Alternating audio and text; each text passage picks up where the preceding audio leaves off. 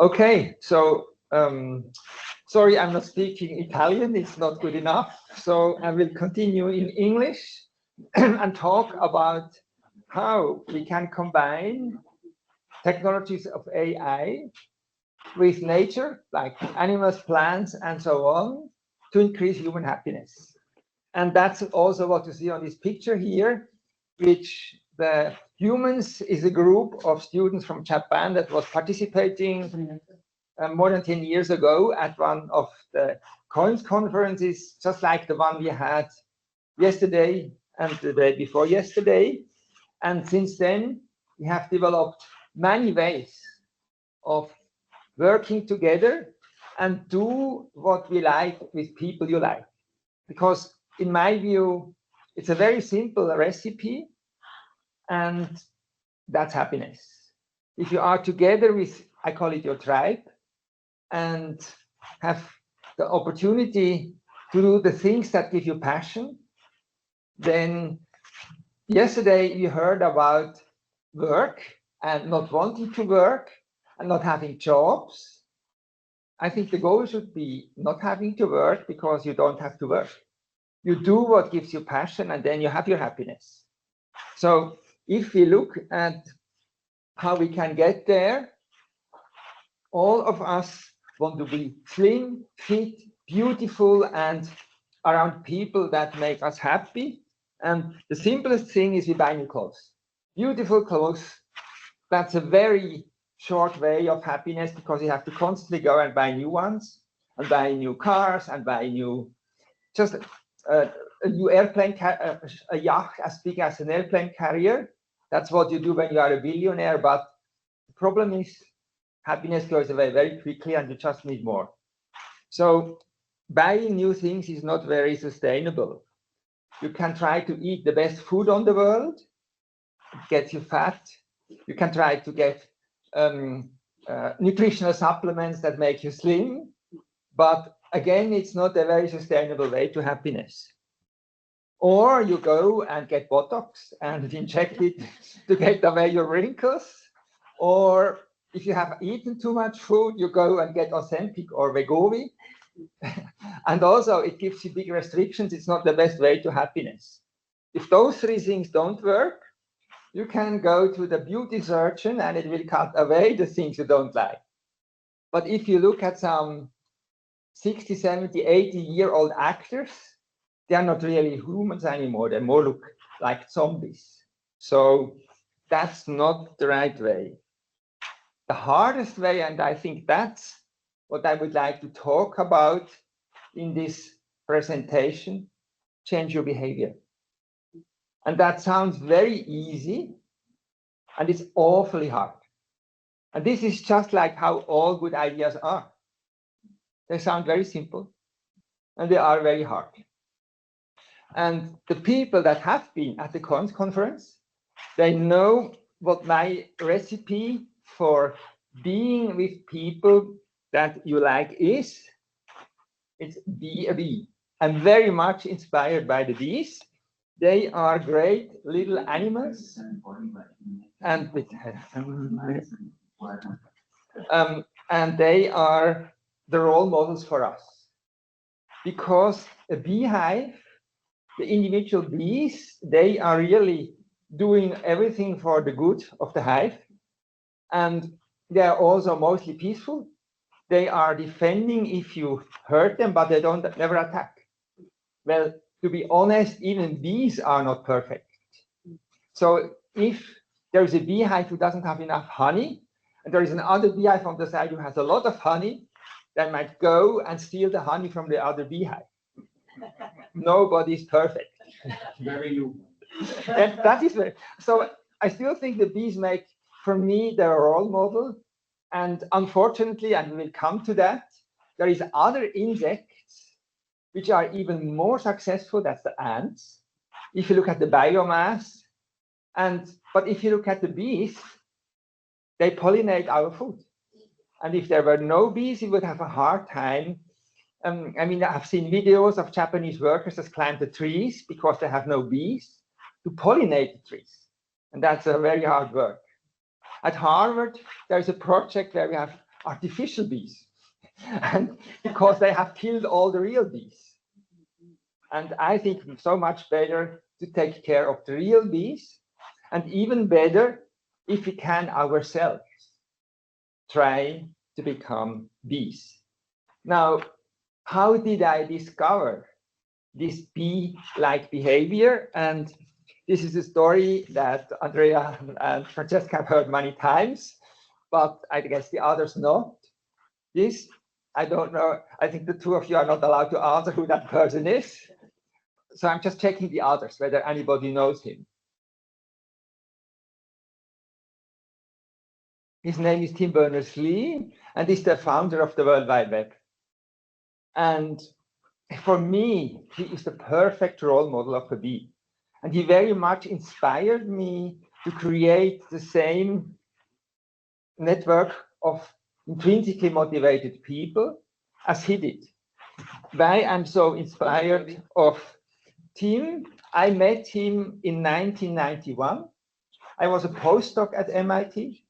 I was, at that time, a big software hacker. And my job was to create code, to use TCP/IP and to send data packets over the internet and then do something useful with it. I created a system called CyberMap, which was like a web browser. 1991, there was no web, there was no browser. So I still created something, but there was a scientific community, which was called Hypertext, the Hypertext community. And it was part of ACM, the American Association for Computing Machinery, very famous professional group, also some sort of tribe. And we organized a conference in San Antonio in 1991. I described my system, and as a postdoc from MIT, I submitted the paper. It was accepted. I flew to San Antonio. I took my Macintosh along, who was very big at that time, and I was demoing my browser there. I just called it CyberMap. I didn't know what the browser is. And then Tim came to me. He was also there at the conference, and he told me, and he was from Switzerland. He's a Brit, but he worked at CERN in Geneva, that he had proposed and built a first prototype of a system called the World Wide Web. He had submitted that paper to the conference, and the conference program committee had rejected the paper because they thought that system had no scientific merit and it would never succeed. But because he was such a big bee and he was so persistent, he got CERN to pay his ticket.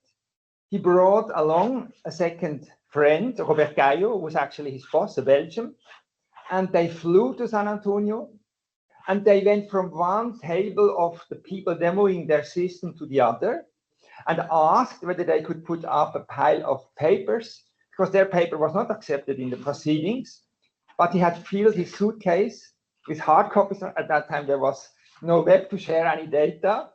So he had carried all those papers to San Antonio, and he was basically pressing them into the hands of everybody. And during lunch, he was organizing a special session, the first session on the World Wide Web. And he also came to me, and one of the reasons why he came to me, because I was Swiss and he was coming from a Swiss institution. The second reason, he had realized that my CyberMap browser was just like his web browser. So he also asked me whether I wanted to work with him. I was stupid. I thought the system had no scientific merit and it would never succeed. But my boss, David Clark, he was the director of the Advanced Networking Architecture Group at MIT. He was much smarter. And David Clark is the one who invented email and who invented some of those protocols, how we exchange packets over the internet. Today, we always think the web is the internet, which is not correct. It's two separate things. However, I mean, the internet is underneath and the web runs on top of it. And David Clark, very smart person, realized that. He invited Tim Berners-Lee to come to MIT, to our group. And Tim came there, and he again asked me whether I wanted to work with him. He even asked me whether I wanted to be the executive director of his center, because Tim, and he was just so unbelievably passionate, he succeeded in creating his COIN, his collaborative innovation network of people. And those were postdocs like Peter, graduate students, and a few academics like David Clark. And together, they developed the first prototypes of the web. In the beginning, Tim did not even have an office at MIT. He had a desk in the hallway and a very big clunky computer. He didn't care. He was so passionate about the web that he was sitting there, and he also taught me the first principle of truly passionate people, because in 1991, when you got an email, that was a big event. You got 1 or 2 per week. You would carefully savor it. You would read it once, close it, next morning, open it, read again, and a week later, you would answer it. Everybody except Tim. Tim answered 3 minutes later because he was so passionate.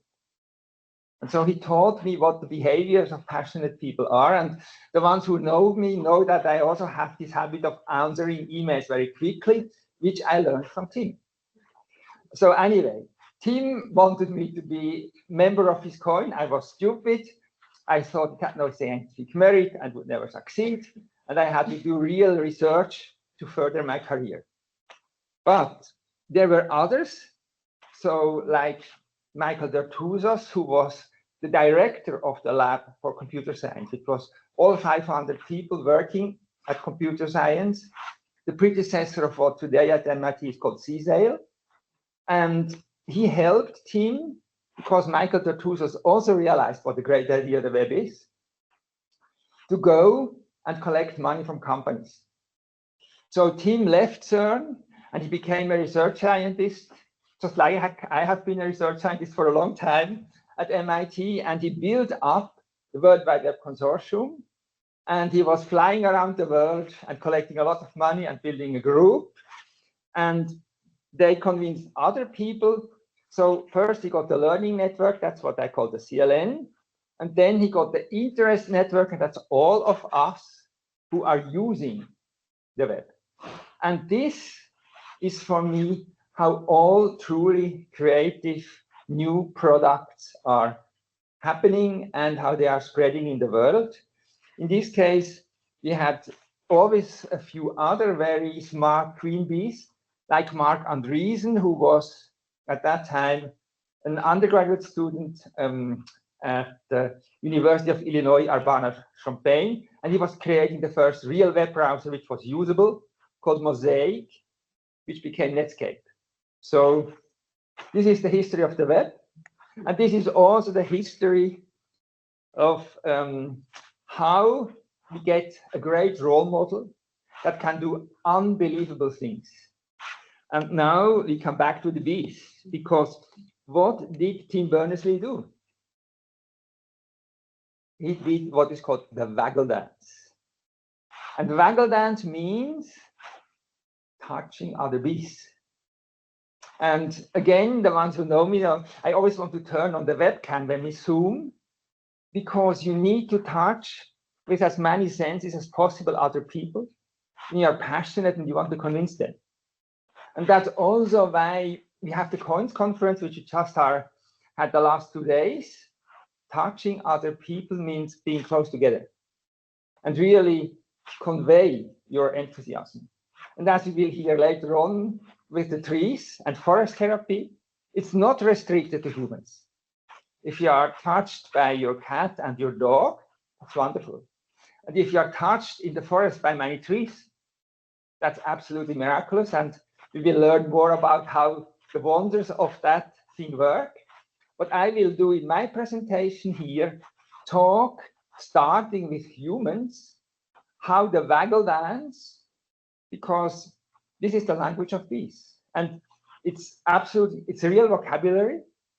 And it goes because they will, with their backs, touch other bees, and they will learn from that where the honey source is and fly to that destination.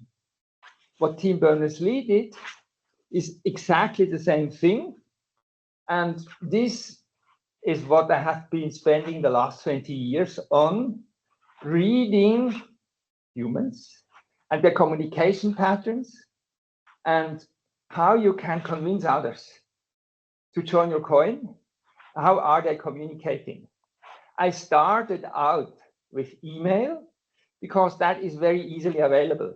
But as you will see through the course of my presentation, we have then taken voice.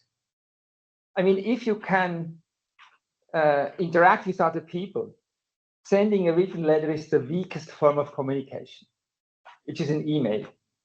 Having a phone is already better because you have the tone of the voice. Turning on the webcam in Zoom is better because you have the expression of the face.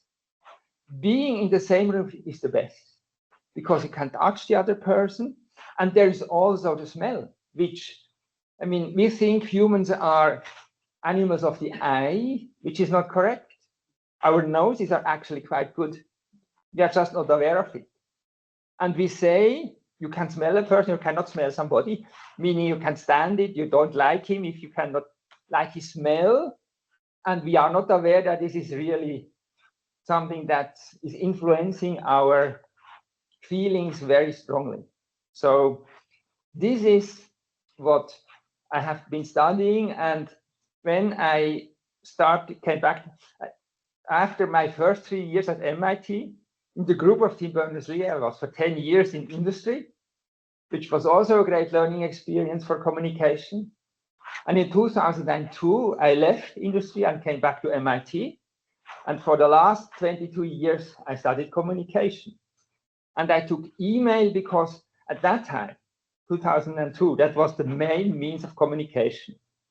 And I started by studying Tim Berners-Lee archive, because being an open source sharing person, he left all his email communication and the email communication of the World Wide Web Consortium accessible. So the first honest signal, speed of communication.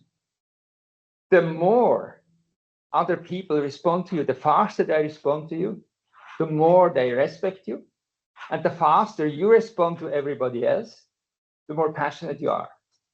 If Peter sends an email to Elon Musk, nobody cares.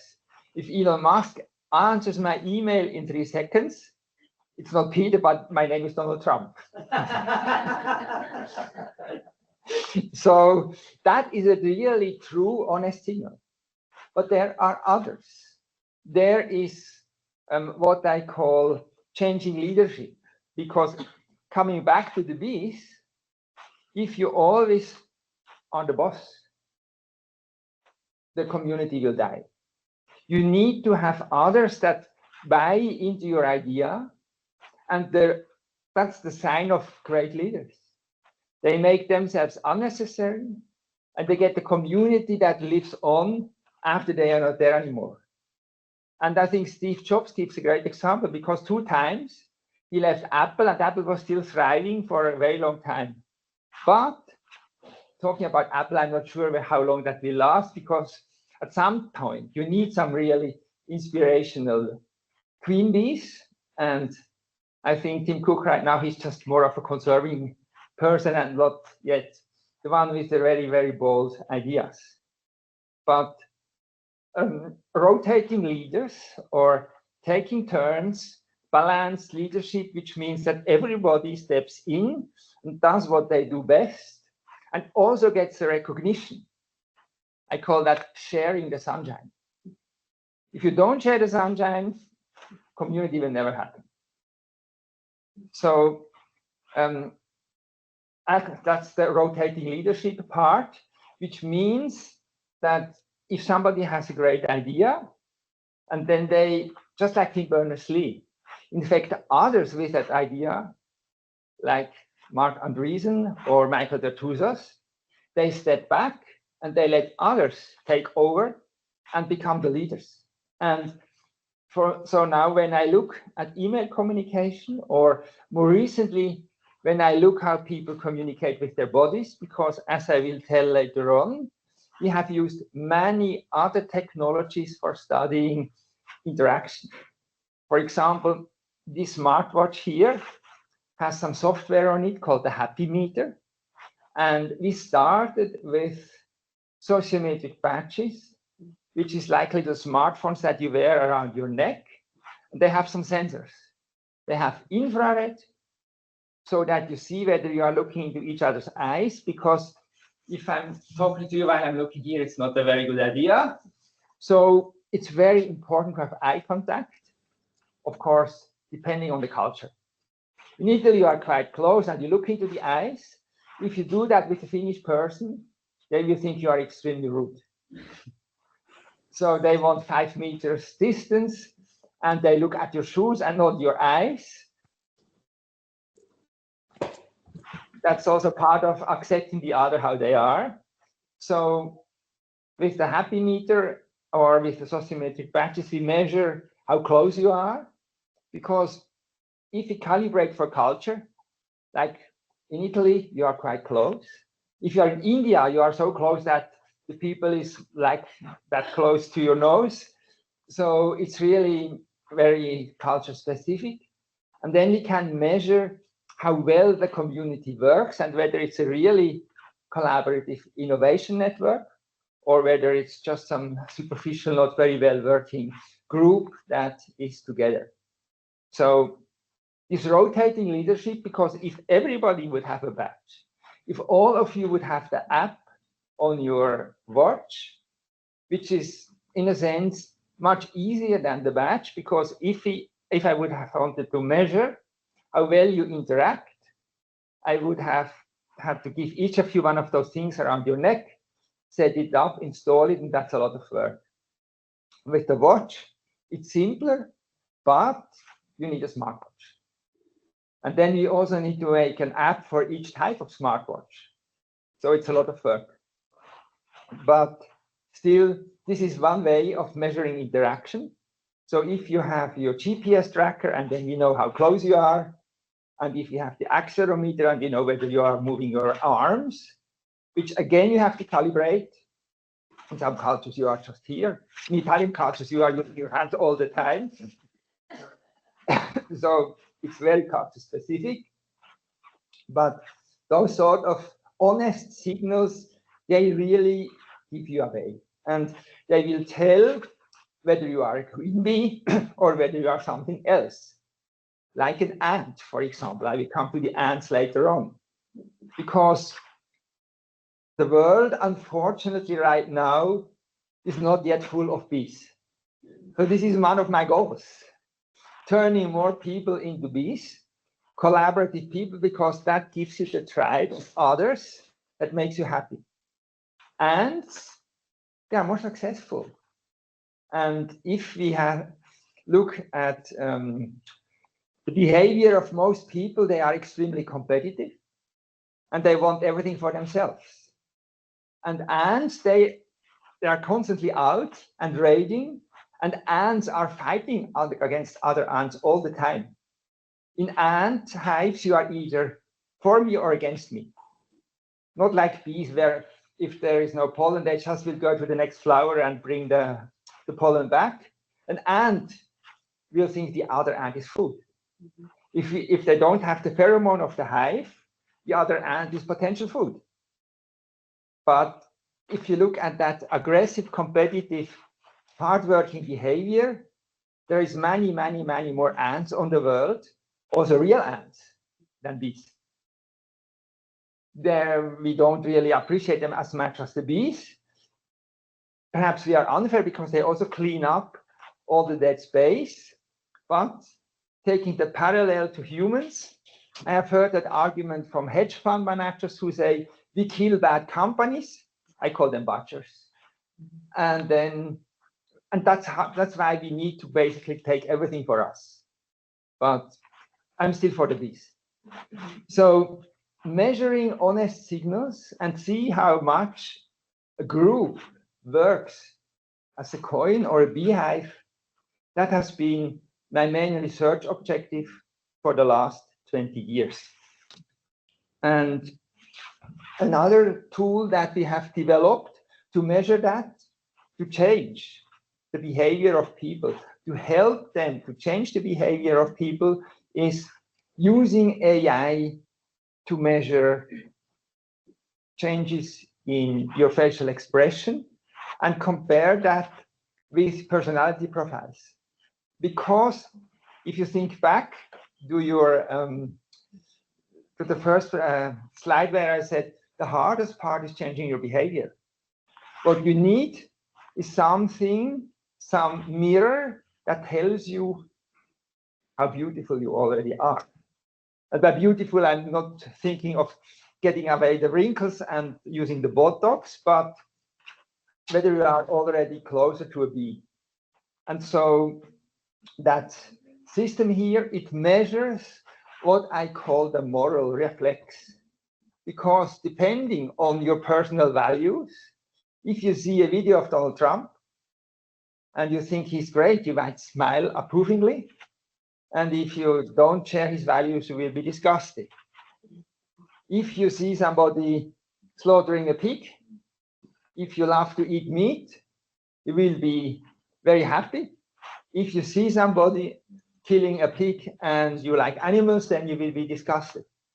So if we measure your facial expression while you watch a series of provocative videos, and computers are very good in doing that, then we can tell you who you are.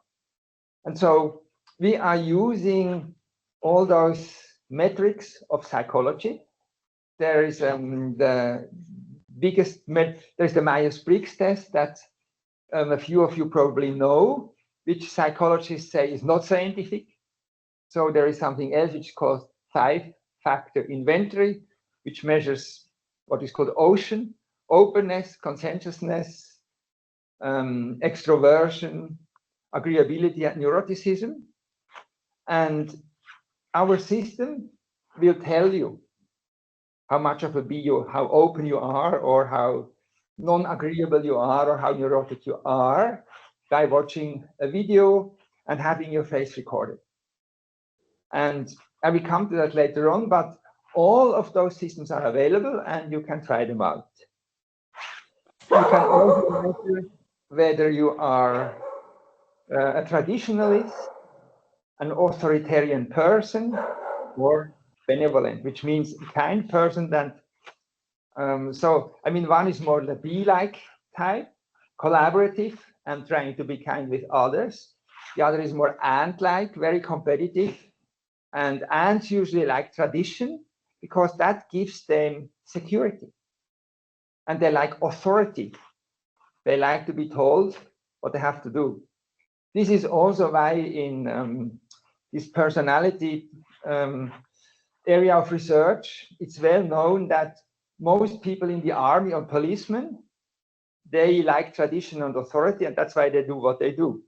Whereas most academics, they are the opposite. They like openness and they have their own stubborn mind, and they don't like to be told what they want to do. So if you look at our videos, then our system will tell you how much of an bee or an ant you are. Another way of doing that is the happy meter, which I already mentioned, which I'm wearing here. We have a version for the Apple Watch and the version for the Android Wear Watch, and the version for the Fitbit, which is by now also Android, doesn't work very well because it's a lot of work. We are a very small team and you need to develop basically a version for each. I mean, on the phone side, because the data goes from here to my phone to some server in the cloud. There a machine learning runs and then it comes back and tells Peter, are you happy or not? Are you stressed or not? And then I can also know whether, when I'm close to Francesca Greco, whether she makes me happy or not. Not sure. I'm very sure. So the happy meter is doing those things, and it's totally connected with with the cloud. I mean, all of our tools, they are extremely privacy respectful. Our key principle is always individual results for the individual, and the community or the group or the organization only gets aggregated results. In that sense, it's like Google Maps, which is really, for me, super useful. I drove from Zurich to here, and you always see when there's a traffic jam. It's stealing the data of everybody. And I just hope it's not giving it away to somebody to tell where I am. I mean, Google says they are not doing this, but who knows? And NSA and CIA and FBI might know some things. But in principle, this aggregation is extremely useful for everybody else. And I mean, even when I'm in my neighborhood and I know the region extremely well, I still turn on Google Maps because it tells me all the traffic jams. And the same with the happy meter. If everybody wears a happy meter, then you know this place is a happy place. Or get away and never go to that mall because it's a very unhappy place.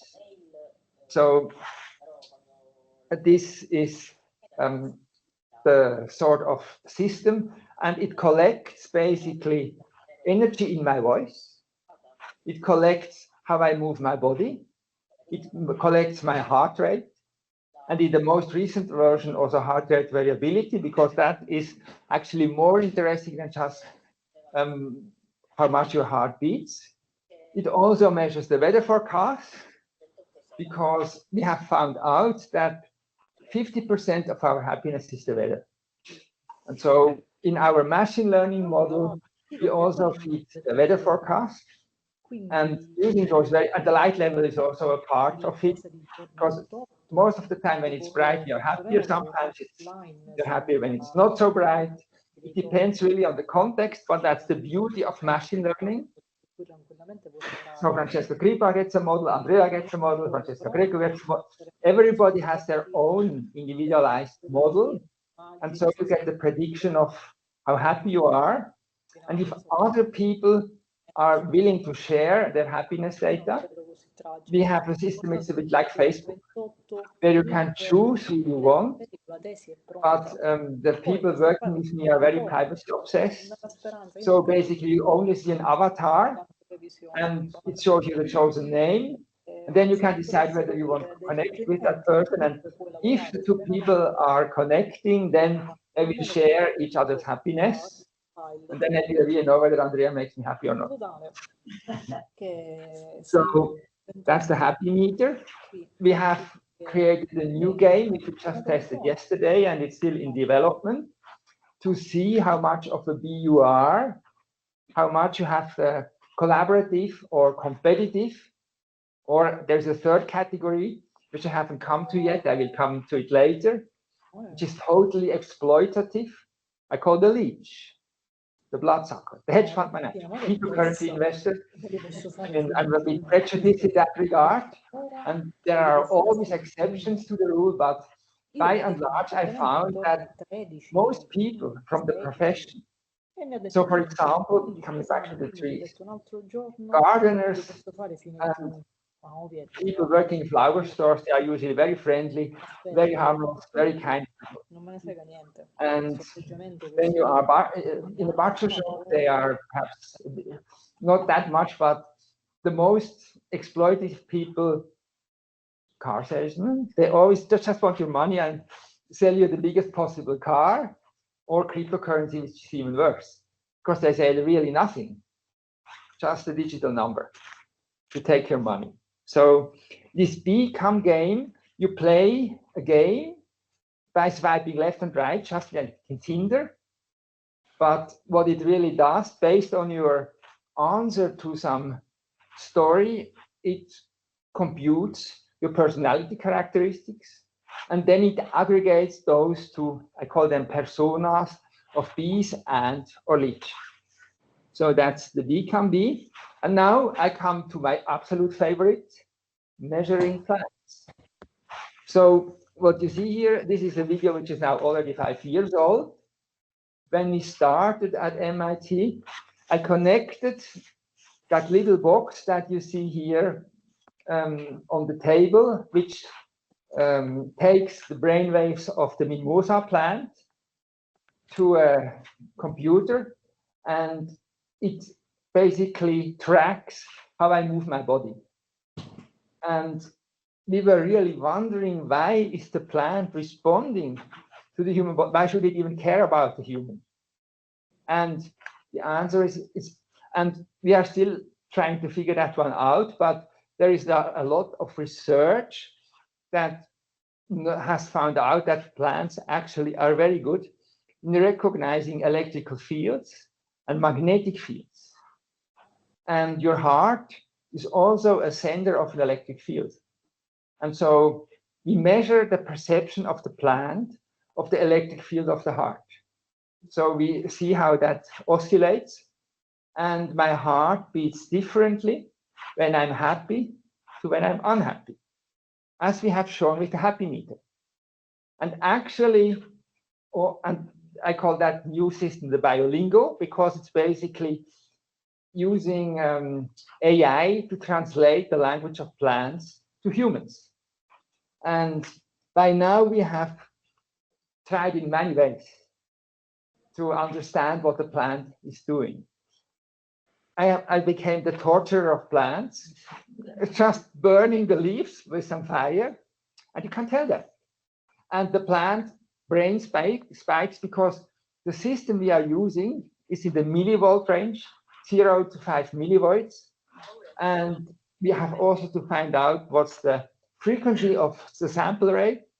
We started with 10,000 samples per second because in audio analysis, there is a lot of machine learning code for human voice.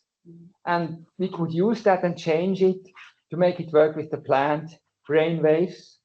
So the hardware initially was EEG hardware. And that also means then we can also take the ECG of the heart and compare that, and that correlates. That was the answer of what the plant is actually perceiving, the electrical signal of the heart. And by now we have found that the plant, maybe it's slower, but 300 samples per second gives very good results. It's amazing accuracy for the machine learning models. And the new analysis that we do is much more accurate than the video that you see here. Yesterday and the day before, we heard some presentations from some of my students and colleagues. For example, when you do an IQ test, it measures how stressed you are. So you can use the plant as a stress sensor.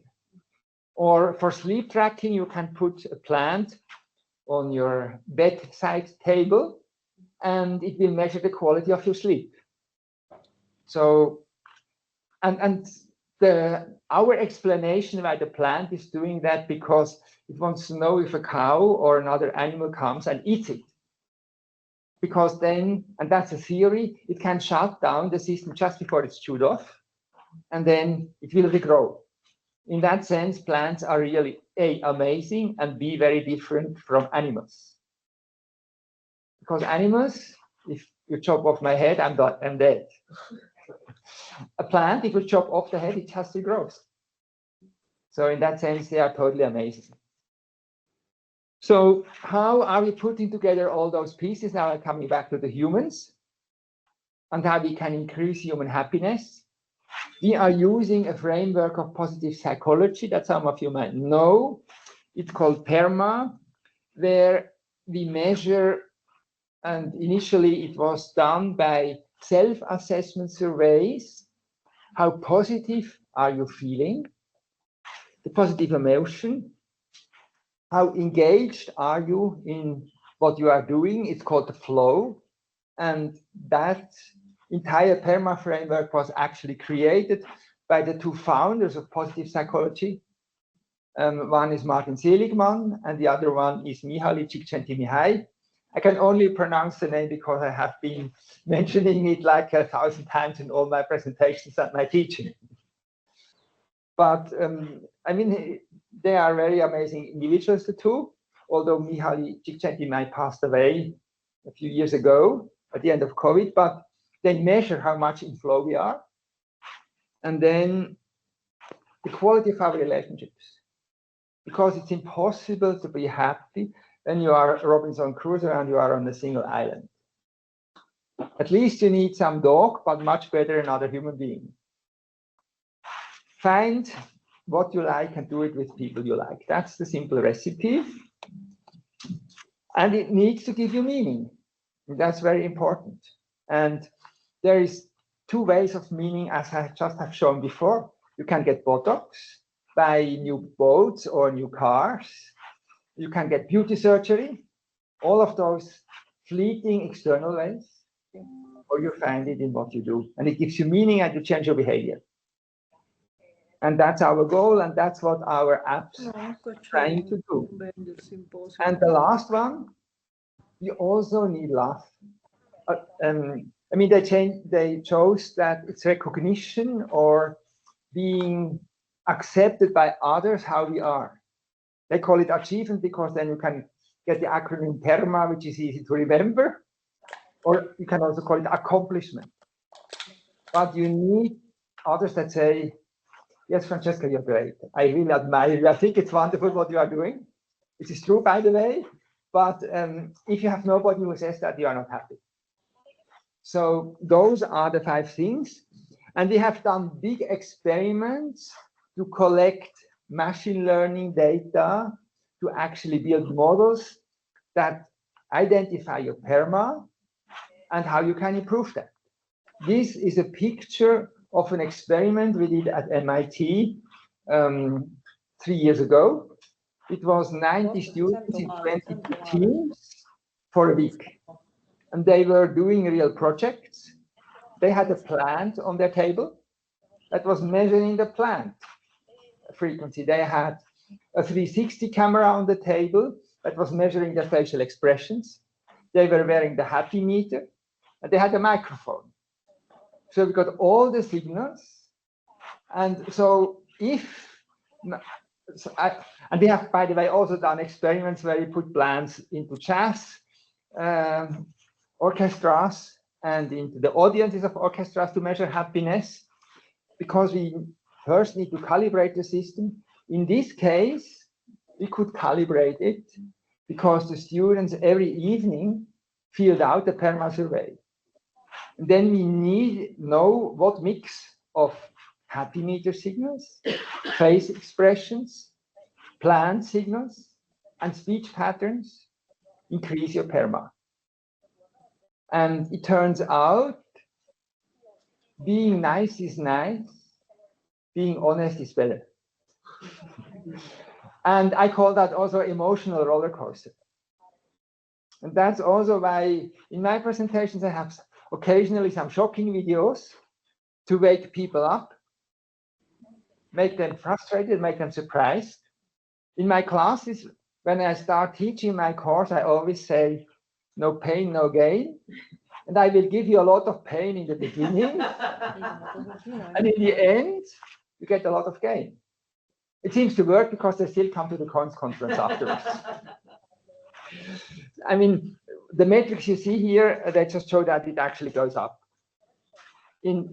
So we have here 3 consecutive days, and we give them the virtual mirroring feedback by showing them what sort of behavior it's another thing which is obvious, looking into the faces of other people is good. And I also use that in my course. When I have somebody who is just talking stupid things constantly, never looking at them, they will shut up over time. If you have somebody who is very shy and you smile at them constantly, they will actually flourish and start talking much more. So those are simple things, but you need to find them out and tell them that they actually work, and then they will change them. And if you create the climate and the culture, and that's what our tools are trying to do, where that is supported, you get actually happier groups. So this is the ants. They are much more successful, but I'm not sure how happy their lives are. And then there is the bees, and the bees, they can be tortured by other creatures, like the leeches. This is the varroa mite, and it's sucking the blood of those poor bees and killing them. This is how they grab the bees and suck them. And we don't want that. How can we convert a varroa mite? How can we convert a leech into a bee? It's very hard. And I'm not sure it works with people that, like Mr. Trump, have been doing it for 80 years. They might be too much set in their ways, but it works with Coins course students because you frequently have some blood-sucking mites or leeches, meaning they steal the ideas and they do no work. And if you show that with our tools, they change their behavior. I mean, to be totally honest, some of them will just say that course is crap, I don't believe in it, and goodbye. And they go on and become cryptocurrency investors. But most of them, they change their behavior, and then they convert from being leadership craving bee ant or a blood-sucking leech to being much more collaborative. And this is our tools. And if you go to socialcompass.ai, you can actually try them out and download them. For the happy meter, you need a smartwatch, otherwise it doesn't work. And the Beacom tool, it's there. We tested it yesterday, and I took down a long list of bugs, but it will get better. The Happy Meter version 1.0 is there, but it's not good anymore because there is a lot of new sensors, like heart rate variability, that we added. So we are doing that right now, and it's getting better. The perceptive phase you can try out. That is there, and it works. And we have a fourth tool, which takes WhatsApp chat and tells you how much of a bee, an ant, or a leech you are. It runs totally on your phone, so the data doesn't really go away. You can only look at one chat at a time. So I can look at my dialogue with my daughter Sarah, who is sitting in the back there, but I'm not looking at it right now. Probably she wouldn't be too happy if you would look at that in public. But we could see whether father and daughter are in a bee-leech relationship, which is totally not true, and how we communicate with each other, just based on the text. If you have a discussion with somebody just about setting up a meeting in a coffee or so, it's not interesting. You need to have some text where you have some deeper discussion. Otherwise, the system cannot, it will just not give you any meaningful insights. But those are 4 tools that measure your behavior. And does it really work? And this is work that some of them I have done with Francesca and Andrea. And I will talk that in the next slide. This is work I did with a student in Germany, where we got employees in a bank, and they were wearing the Happy Meter watch. Half of them got feedback, virtual mirroring feedback, and the other half not.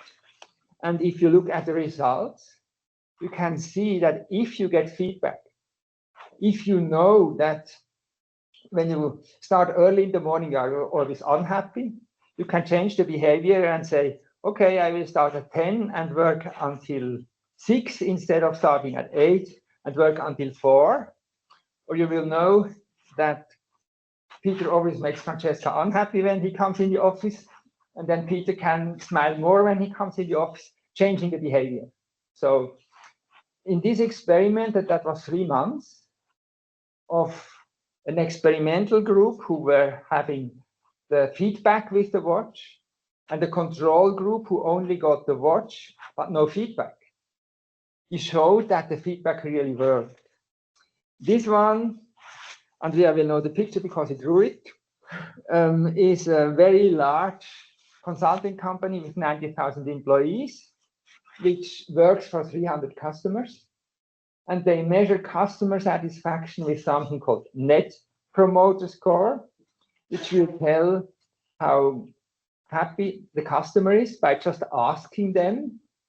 And they also got, so this is the Net Promoter Score. How likely are you to recommend me to your colleagues? That's the question. And then you say very likely, then you like the service provider. And if you say I would never recommend it, then you are very unhappy. And that was the dependent variable. And we also measure the communication behavior. And this is the sort of honest signals derived from email that I was mentioning before. And they got that feedback once per month for, I think, 6 months or so. And there was a big difference in happiness of 15%. So showing how you communicate and showing how you change your behavior changes the behavior. So virtual mirroring actually works, and that's what we are trying to do. So now, if you are an ad, because I have to say in that service company, there were a lot of ads. It was almost exclusively ads. When you're in management consulting, you are a hardworking, highly competitive ad. The principle is called up or out. If you are not promoted, you are out. And why? And let me show you with another video. This is parasitic mind control of a fungus called Ophiocordyceps unilateralis. And it basically takes over the mind of the ant. And the ant loses its own free will. It climbs up on a grass. It bites into the grass. And it dies. So here you see the ant climbing up. In nature, they would never do that.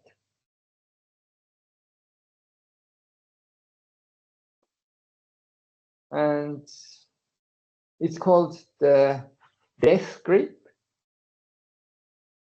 So this ant thinks it has a free will. It does not. It is manipulated by Ophiocordyceps unilateralis, by the fungus. And now it dies. It's dead. And Ophiocordyceps turns the ant. First it was a zombie, and now it's basically food for the fungus. And you see how the fungus grows out of the ant. It falls down and it infects other ants. And that is what money can do to people. If you are at the company and your brain is taken over, you are a zombie. And with our apps, we are trying to warn you not to become such a zombie. And I have a much better vision, and that's sort of the final thought I would like to leave you with. It's not the World Wide Web, it's the Wood Wide Web. And this is how plants communicate. With mycorrhiza, and I'm sure you might talk about that, it's also a fungus, but it connects them and they share, just like the bees, the honey. They share all the nutrients and they communicate using the same electrical signals as they are measuring. And they are creating a highly productive web that is nurturing us all. Thank you very much. Ok, buongiorno a tutti, switchiamo sull'italiano e voglio aprire subito con una domanda, quindi alzi la mano chi almeno una volta nella sua vita, o anche più volte, in questo caso la alzo io, ha usato le parole e poi se ne è pentito il modo in cui ha usato le parole. Ok. Questo si chiama retorica. Perché succede questo?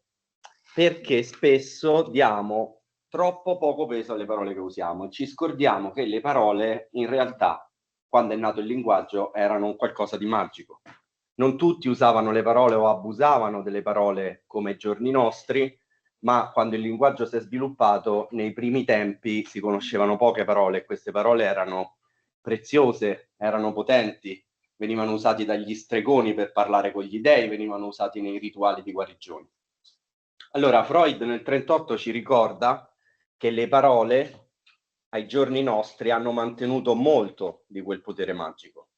Attraverso l'uso delle parole io posso rendere qualcuno estremamente felice o posso portarlo alla disperazione. Se sto con qualcuno è molto diverso l'effetto che ottengo se dico ti amo o ti odio.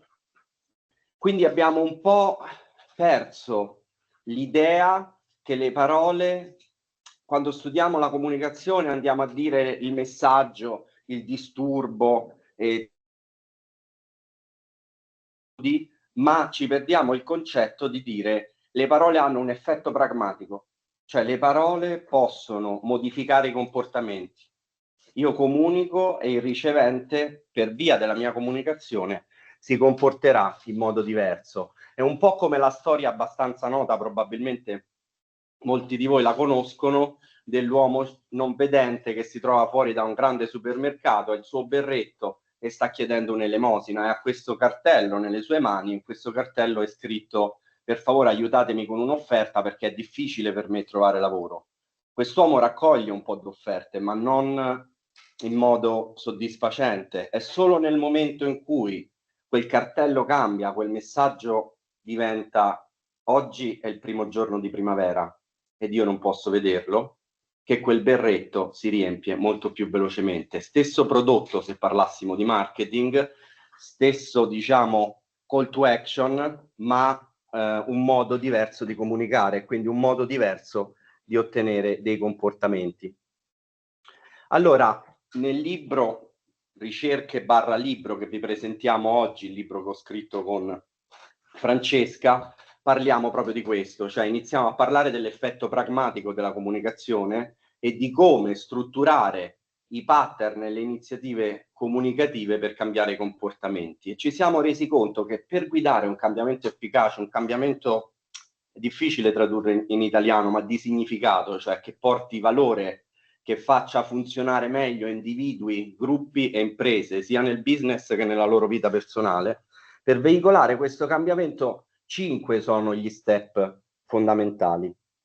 Il primo e più importante è quello di capire che non esiste un'unica realtà, ma esistono tante realtà quanti sono gli osservatori. Quando guardiamo la Monna Lisa, ognuno di noi se ne va a casa con un'impressione diversa. Era un sorriso sarcastico, era un sorriso caldo e affettuoso, era un ghigno, ognuno di noi ha la sua interpretazione. Lei dice: io brontolo perché lui si chiude in se stesso, e lui dice: io mi chiudo in se stesso perché lei brontola. Quindi ognuno di noi ha le sue prospettive. Se io percepisco la realtà in un modo, reagisco a quello schema di realtà e di conseguenza mi comporto. E quindi spesso la risoluzione dei problemi che sottengono alla nostra incapacità di cambiare sono perché dobbiamo trovare un nuovo modo di sentire, no? Proust diceva: il vero viaggio di scoperta non consiste nel cercare nuove terre, ma nell'avere nuovi occhi. Allora, quando vediamo che ci sono dei problemi che non riusciamo a risolvere o degli obiettivi che non riusciamo a raggiungere, spesso troviamo dei pattern molto comuni dietro questi problemi. Quante volte ci siamo lamentati che qualcosa non andava, eppure o abbiamo preteso che qualcosa cambiasse pur continuando a fare le stesse cose? Spesso abbiamo dei pattern che si ripetono. Questi pattern li chiamiamo tentate soluzioni disfunzionali. Perché? Perché sono delle tentate, non c'è nulla di male a provare a fare un qualcosa, a risolvere un problema, andare in una direzione, a farlo tutte le volte che vogliamo, ma quando quel tentativo ci porta in una direzione lontana dalla risoluzione e si ripete uguale a se stesso nel tempo, diventa una tentata soluzione disfunzionale. Tendenzialmente sono di 3 tipi: intervengo quando non dovrei, non intervengo quando dovrei o intervengo male. Ecco, in tutti questi casi noi andiamo ad alimentare il problema. Quindi una cosa potentissima che possiamo fare, nel libro vengono analizzate bene queste tentate soluzioni e le incapacità che generano, è interromperle, perché già interrompendo le tentate soluzioni abbiamo spesso un qualcosa che si sblocca, un meccanismo che cambia. Einstein diceva: non possiamo aspettarci che le cose cambino se continuiamo a fare le stesse cose. Quindi come le interrompiamo queste tentate soluzioni? Un primo step, quando è possibile, raramente diciamo quando i problemi hanno dei blocchi più forti, dei blocchi emotivi, è quello di ricercare delle eccezioni. Possiamo usare il passato per cambiare il futuro? C'è qualcosa che ha funzionato in passato nell'affrontare questo problema e possiamo usarlo oggi? A volte c'è, però il problema di queste eccezioni è che non sono ripetibili, perché magari in passato erano dipese dal caso. Io oggi ho cambiato treno gratis perché c'è uno sciopero, se no dovevo prendere il treno che avrei preso normalmente. Non è ripetibile come occasione fortuita. Oppure è un qualcosa che ha funzionato nel passato, quindi io sono abituato, come le imprese che fanno innovazione e poi falliscono, tipo Kodak, tipo Blockbuster. Funzionava nel passato, quindi do per scontato che funzioni anche oggi. Invece non è vero, non funziona più. Quindi quando qualcosa non funziona, quando un problema diventa ridondante, quando queste tentate soluzioni vengono ripetute, il problema spesso non è solo un qualcosa che possiamo risolvere in modo ingiuntivo descrittivo e quindi con un linguaggio razionale. Spesso ci sono delle emozioni e dei blocchi emotivi che sottendono a quel problema. Emozioni descritte in centinaia di tipologie negli studi anche moderni, ma quello che noi riscontriamo è che poi, andando proprio alla radice, al succo di queste emozioni, si riduce quasi tutto a 4 sensazioni di base. Le chiamo sensazioni queste, non emozioni, perché da queste si costruiscono anche emozioni più compresse. Però rabbia, piacere, paura e dolore. E quindi nel libro anche analizziamo come affrontare, quali sono le strategie per sbloccare non solo la risoluzione di un problema, ma a volte parliamo di atleti, parliamo di top manager, quindi parliamo di talenti bloccati e come potenziare o sbloccare questi talenti. Ecco, per ognuna chiaramente, se dietro un problema, dietro un blocco c'è un tipo di emozione specifica, si useranno delle strategie in relazione all'emozione o alle emozioni che abbiamo sotto mano. Il quarto step, quindi riconoscere la componente emotiva. Il quinto e ultimo step in questo percorso di cambiamento è quello di usare logiche non ordinarie. Molti approcci anche di psicoterapia sono basati sul fatto che se io raggiungo la cognizione, se io vado alla causa, se io capisco il meccanismo che alimenta il mio problema, solo il fatto di saperlo mi produce un cambiamento. Non è sempre così, spesso dobbiamo ricorrere a esperienze emozionali correttive e dobbiamo far vivere prima l'esperienza che sblocca il sintomo e poi dopo arrivare al cambiamento. Quindi andiamo via dall'idea della logica aristotelica causa-effetto e passiamo a logiche del paradosso, della contraddizione o della credenza. Nel libro, anche adesso non ho tempo, andiamo a fondo in ogni logica. Se io vi dicessi siate spontanei, già vi metterei in un paradosso, ok? Per chi di voi è dentro questi studi, se parliamo di doppio legame, siamo nella logica del paradosso. Ecco, possiamo usare queste logiche. Faccio un esempio. Un manager bloccato non riesce a risolvere un problema, è fisso su una situazione particolare, gli chiediamo come risolverlo, chiaramente dice sono venuto da te perché non riesco a risolverlo. Allora possiamo chiedergli però cosa potresti fare volontariamente per rendere la situazione più grave, per peggiorare questo problema, per essere sicuro di non risolverlo mai. A quella risposta spesso il manager, ribaltandola, trova delle risposte. Ah, potrei fare questo, questo e questo, andrebbe tutto peggio. Poi facciamo un'analisi e vediamo che alcune delle sue tentate soluzioni sono esattamente in quello che ha detto che potrebbe fare per peggiorare il problema invece che per risolverlo. Allora sì, una cognizione di quello che alimenta ciò che va male, ma quella cognizione è stata un'esperienza anche, no? Di dire ogni giorno io vedo quello che ho fatto e vedo quello che ho fatto per peggiorare la situazione. Allora, questi 5 punti, no? Ve li racconto molto brevemente in una storia, la storia di questo veterano di guerra, no? Un veterano di guerra che, un po' stressato, diciamo, dai suoi anni di guerra, torna a casa, cambia 3 case, denuncia i vicini, perché questi vicini gli hanno installato dentro la casa delle telecamere, lo spiano quando si cambia la notte, ha installato un baldacchino con una tenda nera intorno al suo letto perché sennò i vicini lo spiano. Va a farsi aiutare e tutti cercano di spiegargli: guarda, c'è una realtà giusta che è la nostra, dove le telecamere non esistono perché abbiamo ispezionato casa tua, le telecamere non ci sono, e poi c'è la tua realtà che è sbagliata, non devi vedere le telecamere perché non ci sono. Ecco, questa persona è stata sbloccata solo agendo all'interno del suo sistema percettivo reattivo, quindi all'interno del suo schema di realtà.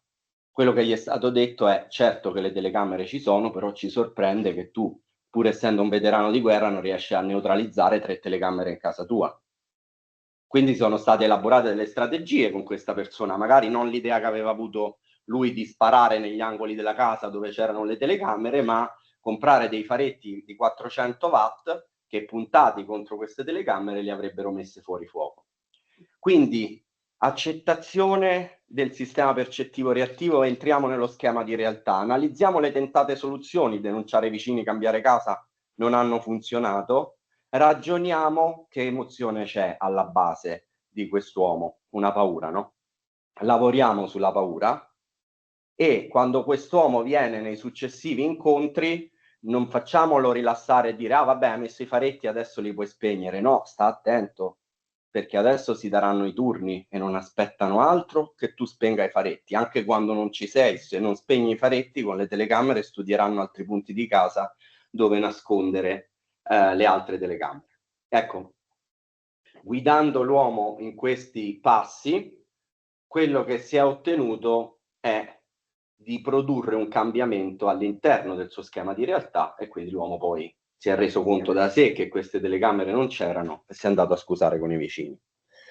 Quindi, diciamo, questa è tutta la prima parte del libro. Ha le radici nella seconda cibernetica e quindi degli studi di Wickland, di Václavic soprattutto. E il primo step fondamentale è quello di capire a fondo questi sistemi percettivi reattivi, cioè ciò che il nostro interlocutore percepisce e reagisce. Ieri Takashi diceva: c'è la comunicazione, c'è il ricevente, c'è il messaggio, togliamo l'umano. No, mettiamo l'umano, perché l'umano reinterpreta quel messaggio, anche se il messaggio arrivasse puro, senza disturbo. E allora, in 10 anni di studi insieme, ormai 11, e anche con Peter, insomma, abbiamo fatto questo coin e abbiamo sviluppato una serie di tool e di metodi che adesso Francesca vi illustrerà, per andare a catturare che cosa? I segnali onesti delle persone, cioè come facciamo nell'era anche delle AI a comprendere a fondo questi sistemi percettivi reattivi, a capire come le persone si comportano e reagiscono. Andiamo veramente ancora nelle aziende a dare i questionari di clima per chiedere: che ne pensi del tuo capo? È una persona carina, è simpatica, ti trovi bene? No, noi pensiamo che per capire come caccia il leone, qui rubo a Jim Stengel, dobbiamo andare nella giungla e non dobbiamo andare allo zoo. Non vogliamo un focus group, non vogliamo un setting sperimentale dove la persona sa di essere osservata e quindi c'è un bias, ma vogliamo catturarne i cosiddetti segnali onesti, che è un termine che abbiamo preso in prestito da Peter e da Sandy anche. Quindi Francesca adesso vi racconta come nell'era delle AI quello che io vi ho raccontato finora può essere combinato per arrivare a delle altre tecniche efficaci per veicolare il cambiamento. Grazie Andrea. In piedi va bene? Mi vedono essendo bassina? Salve a tutti. Io inizio un po' con una presentazione, perché non ci siamo presentati in realtà. Vi ringrazio per averci ospitato. Sono Francesca Grippo, insegno all'università a Boston, Northeastern University, italiana di origine. Ho iniziato la mia carriera all'Università del Salento, è lì che ho conosciuto Peter Glor, e molte delle cose che vedremo, diciamo, accenneremo un po' degli esperimenti che abbiamo fatto insieme a Peter, anche con Francesca, abbiamo fatto alcune cose insieme, spero molto di più in futuro, nascono proprio da una collaborazione che è nata qui in Italia, si è spostata negli Stati Uniti dove ancora vivo. E giusto un accenno perché volevo parlare anche dopo, diciamo, di sostenibilità, magari dopo la presentazione. 4 anni fa ho iniziato un laboratorio per l'imprenditorialità sociale e inclusiva, dove tra le iniziative che stiamo facendo è anche a supportare le piccole e medie imprese nell'area di Boston a capire l'importanza della sostenibilità a livello molto pratico, quindi facendo dei corsi gratuiti, delle mentorship, facendoli lavorare con gli studenti proprio per capire l'importanza della sostenibilità. Quindi diciamo un disclaimer so that we can talk later, vorrei parlare dopo. Parlando di questo, cioè, diciamo, in questi 10 minuti, e vorrei per poter lasciare poi il tempo a una discussione, come diceva Andrea, l'importanza del cambiamento, per poter capire il cambiamento occorre capire come comunichiamo, comunichiamo attraverso le parole, noi ci siamo resi conto attraverso diversi studi negli anni come non basta vedere come le persone interagiscono, quindi la posizione che abbiamo all'interno di una comunità, se siamo più centrali, se siamo più love technology. Se vuoi faccio io. No, Okay. non basta solamente vedere dal punto di vista strutturale come le persone interagiscono, se siamo in una posizione centrale, periferica, se abbiamo, diciamo, quale gruppo apparteniamo, un po' come diceva Peter, no? Ci sono delle metriche che possiamo utilizzare per capire se siamo broker informativi o eccetera. Se è Trump che ci risponde prima o siamo noi. Ma è importante anche capire il contenuto, cioè la complessità del linguaggio, anche la comunicazione conscia e inconscia, verbale e non verbale, perché per molti anni compresa me stessa che in Computer abbiamo fatto tantissimo lavoro sull'analisi delle email disponibili, tantissime email disponibili, e racconterò almeno uno di questi esperimenti, però è difficile valutare effettivamente la complessità, la possiamo vedere, ma da un punto di vista emotivo, quello che diceva Peter, guardare le persone negli occhi è quel collegamento che è difficile, che oggi però con alcuni sensori diventa molto più facile ottenere. E poi c'è la dimensione del tempo, perché il cambiamento, diceva il filosofo, il cambiamento non può essere valutato solo in un istante, non basta una fotografia. Quando si fanno i test di leadership, spesso io mi irrito in alcuni corsi perché lo fanno oggi e tu dici ok, sei questo tipo di leader. Lo devi fare costantemente e riflettere costantemente sul tuo percorso formativo, non puoi. C'è un danno anche nel pensare al cambiamento, a pensare a queste formazioni di leadership guardando solo ad un istante. E racconterò un attimo, farò un paio di esempi, però nel libro parliamo anche delle basi neurali del cambiamento, delle basi biologiche. Ci sono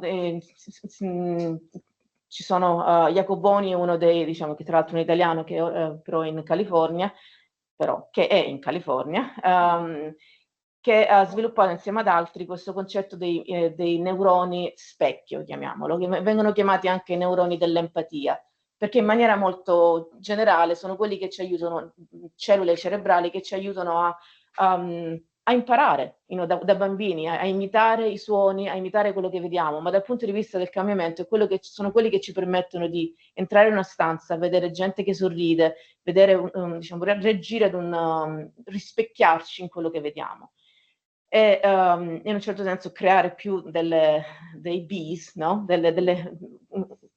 Quasi creare, no? Nell'ottimismo che si diceva prima, creare un sistema che vogliamo vedere replicato negli altri. Quindi alla base del cambiamento ci sono delle basi biologiche, ma sono anche basi legate, e non vanno al dettaglio, ma giusto come accenno, legate a delle norme, a delle regole culturali, alle aspettative che si ha, la donna che si deve comportare in un certo modo in certi contesti e così via. E quindi quello che nel libro parliamo è che quando il cambiamento dipende dalla capacità di utilizzare diversi specchi. Ci siamo tutti da bambini, no? Ci ricordiamo, anche oggi lo faccio, ci rispecchiamo quando ci si rispecchia nel cucchiaio, a seconda se è concavo, nella parte concava o convessa, la riflessione che vediamo di noi stessi è diversa. E quindi con questa metafora, no, dello specchio, noi consideriamo gli specchi come degli strumenti che da un lato sono come quelli che un po' diceva, di cui accennava Peter stamattina, l'analisi delle reti sociali, ma questi sono l'analisi delle email. Quello che noi nel libro diciamo è che dobbiamo, a seconda della situazione in cui viviamo, a seconda del contesto, occorre utilizzare diversi specchi. Sono gli specchi tradizionali, come parlare con un amico, parlare con il proprio lo psicologo, però a volte non basta, c'è bisogno di entrare costantemente, cioè di utilizzare degli specchi e degli strumenti, quindi, che cambiano. Ovviamente i 360 degree feedback sono utilizzati tantissimo nelle aziende oggi per chi non le conosce, per avere un feedback continuo da parte di tutti quelli con cui si lavora. Però ripeto, la loro realtà può essere diversa da quella che noi viviamo, e quello che noi, il modo con cui ci rispecchiamo in quello che loro dicono può non portare necessariamente al cambiamento. Quello che noi veramente crediamo è che il virtual mirroring ha la possibilità di creare un rispecchiamento, di un'autopercezione che è più di lungo termine.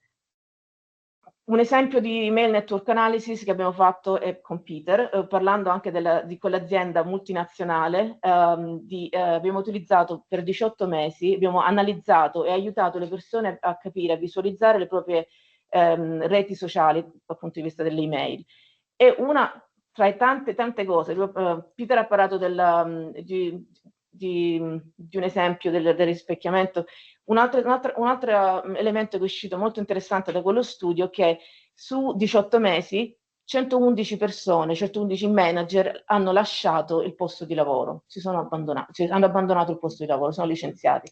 E abbiamo notato che nei 2 mesi precedenti al turnover, al licenziamento, andate via, il loro comportamento cambiava dal punto di vista delle email. Mandavano più email a persone al di fuori della propria rete, forse per dire hey, c'è un lavoro da te, oppure hey, vedi che non sono più il punto di riferimento, hey, sai, cioè, cominciavano a comunicare molto di più con l'outgroup, con persone fuori dalla propria unità, però avevano anche un tempo di risposta molto più lento, 2 volte di più. Quindi abbiamo utilizzato delle metriche per notare, cioè guarda, ci sono dal punto di vista strutturale dei cambiamenti proprio prima che le persone vadano via.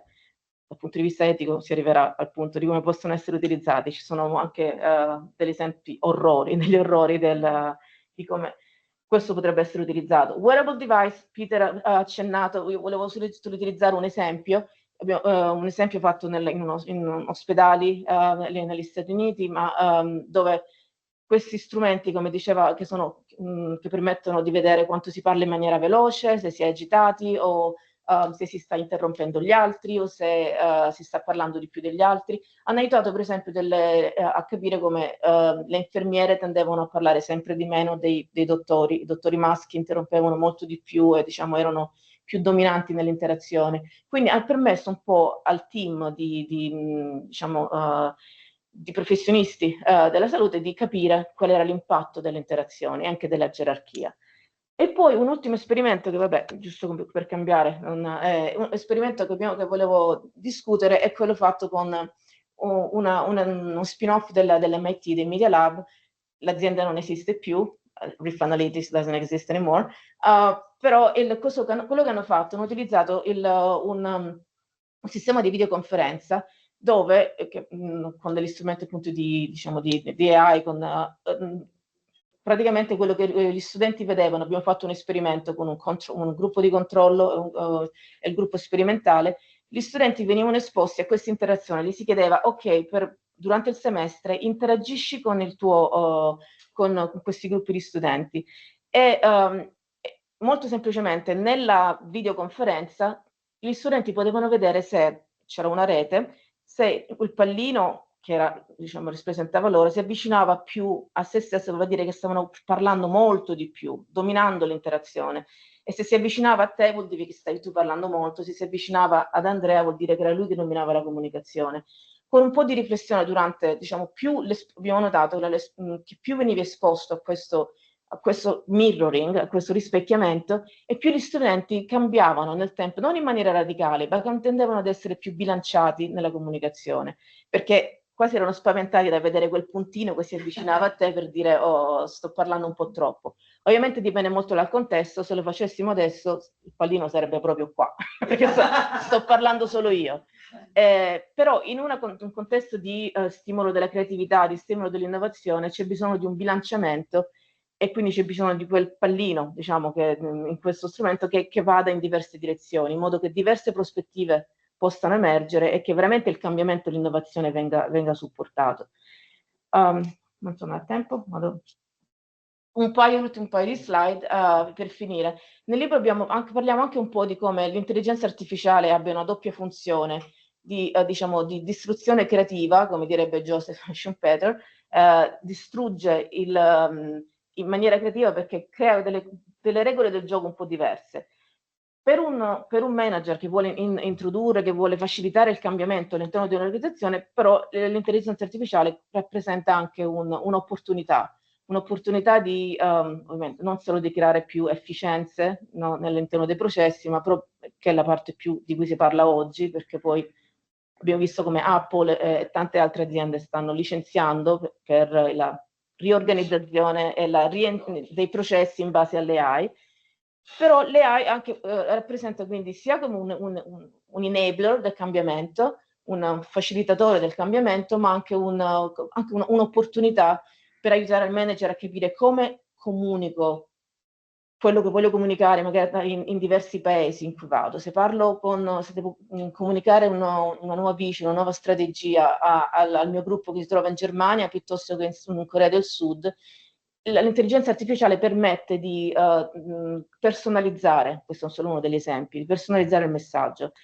Ci sono anche esempi un po' più negativi, dove l'esempio che abbiamo fatto noi con il managerial turnover, cioè le persone che vanno via prima del tempo, e che quindi possiamo vedere che tipo di metriche utilizzare per capire quando sta succedendo, con l'intelligenza artificiale è arrivato ad un livello anche più alto, dove per esempio IBM sta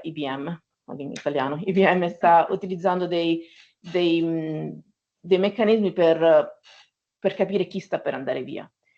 E quindi c'è tutta quella discussione da un punto di vista etico in cui si dice se questi strumenti vanno nelle mani sbagliate, dobbiamo parlare. Quindi è stimolare il pensiero critico negli studenti, perciò come diceva Peter, cioè, lui sta cercando in questi corsi di stimolare più Bs piuttosto che altri, perché sono già nelle mani cioè Elon Musk already has, cioè, già possesso di questi dati e di queste potenzialità. Però dobbiamo parlare con questi studenti, perché tendenzialmente, l'ottimista di natura, le persone tendono ad essere collaborative e quindi occorre parlare delle possibilità negative di questi strumenti. Non vado nel dettaglio, perché però Andrea mi ha chiesto di fare un piccolo disclaimer. Praticamente nei diversi esperimenti che abbiamo fatto, che discutiamo un po' nel libro, abbiamo notato che ci sono delle skills di base dei leader del cambiamento e che sono appunto definite qua. Dal coraggio al bilanciamento anche della comunicazione, systemic thinking. E quindi diciamo vi lascio solo con questo, solo con il shameless plug, dicono in America, con che a luglio esce la nostra avventura, che ci ha portato a collaborare, a raccontare un po' delle cose che abbiamo fatto anche penso che parliamo anche di un articolo che abbiamo fatto insieme con te, Francesca, e con altri colleghi della Wayne University. Sono andata un po' veloce, però che io volevo lasciare tempo a un po' di discussione, anche gente online, le partecipanti online, se volete siamo qui. Grazie dell'attenzione.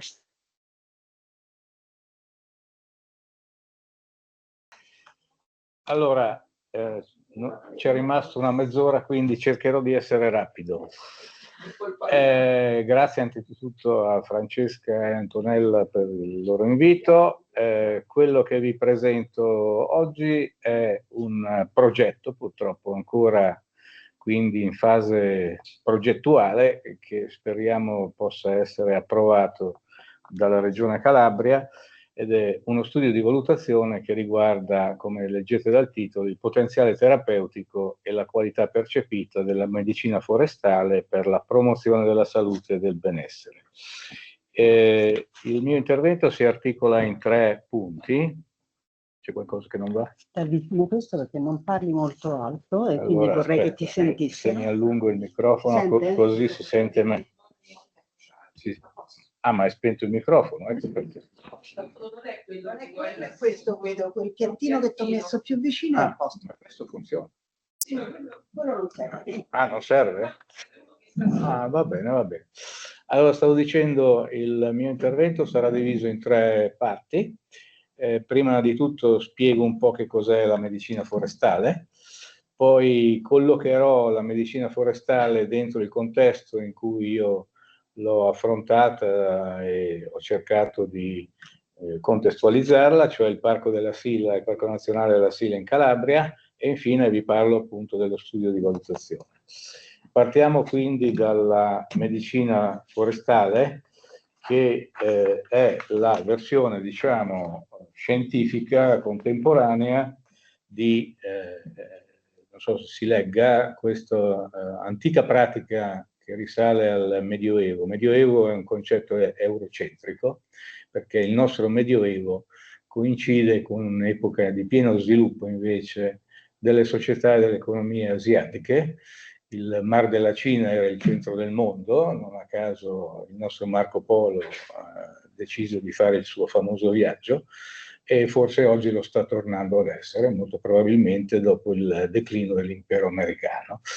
E una delle pratiche dell'epoca si chiamava Shinrin-yoku, che letteralmente vuol dire bagno della foresta, immergersi nella foresta, e che è stata ripresa di recente da questo studioso che è di disciplina un immunologo che si chiama Qin Li e insegna alla Nippon Medical School, anche presidente della società giapponese di medicina forestale di Tokyo, come l'ha chiamata lui, e è diventata una nuova disciplina a livello internazionale che oggi è diffusa anche in Europa, in vari paesi, Finlandia, Svizzera, Austria, Francia e anche al di fuori dell'Europa. La medicina forestale in Italia ha avuto praticamente tre regioni, 3 centri. Una è la Toscana, in cui ci sono stati vari progetti su questo, poi citerò anche il soggetto con cui abbiamo collaborato. Un altro è il Friuli Venezia Giulia, l'Università di Udine ha fatto un progetto su questo, la facoltà di Agraria in particolare mi pare che sia esattamente, poi se volete vi do anche i riferimenti esatti del collega che se ne è occupato, e infine la Calabria appunto che in particolare nell'area della Sila, fra la Calabria e la Basilicata, ha sviluppato questo tipo di approccio. Su che cosa si fonda la forest therapy? Anzitutto sicuramente su una visione sistemica, non scissa, non dualistica del rapporto fra ambiente, salute e benessere umano, che era già citata anche a livello di programmi europei nel 7° programma che si intitolava non a caso Vivere bene entro i limiti del pianeta, che anticipava molti temi. E quello che vorrei sottolineare è che la forest therapy o medicine si presta molto bene per quella che si chiama la prevenzione primaria, cioè quel tipo di prevenzione che non agisce su fattori di natura strettamente medico-clinica, ma su quei fattori ambientali e di contesto sociale che poi possono produrre invece i rischi che portano alle patologie. E quindi è essenzialmente una disciplina di natura preventiva, diciamo, di base, con la quale è possibile, sulla base dell'interazione con la natura, pensare di prevenire molte delle patologie. Naturalmente, come dicevo prima, questo è il frutto di un'evoluzione del concetto di salute che soprattutto grazie a queste nuove discipline, penso che conoscerete che cos'è la PNEI, la psiconeuroendocrina immunologia, è appunto un primo significativo tentativo di coniugare classiche scienze mediche come la neurologia, l'endocrinologia, l'immunologia con la psicologia, quindi con le scienze umane e anche sociali, anche se ancora la componente relazionale sociale non è, io credo, adeguatamente inserita e sviluppata in questa disciplina. Però sicuramente ecco, tutte queste discipline ci hanno dato una visione della salute che potremmo definire multidimensionale, sistemica, ecologica, e che enfatizza soprattutto la dimensione umana, relazionale, comunitaria e ovviamente il nesso con la natura. E qui arriviamo al succo della forest therapy. Che cosa rappresenta la foresta fondamentalmente per lo Shirin-yoku o medicina forestale come viene definita? In fondo la foresta, se noi la consideriamo anche da un punto di vista etologico, oltre che sociologico, non è altro che una società vegetale e quindi da questo punto di vista possiamo considerare gli alberi, i cespugli e tutti gli altri organismi viventi di natura vegetale che vivono nella foresta come l'equivalente dei soggetti umani di una società vera e propria che peraltro sono in grado di produrre anche effetti significativi nel comportamento umano grazie a una serie di fattori che fin dagli anni 80 sono state messe in luce soprattutto dalla scuola di Tokyo del collega immunologo che vi ho detto prima, il quale ha capito che una semplice passeggiata nel verde, nei boschi, può produrre effetti positivi, soprattutto per problemi di pressione arteriosa, di battito cardiaco,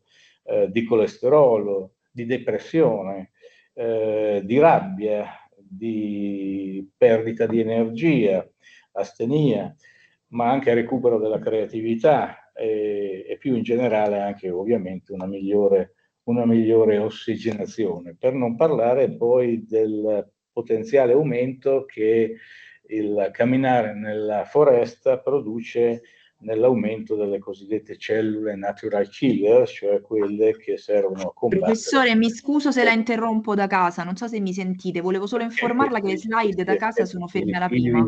Della foresta sulla salute umana.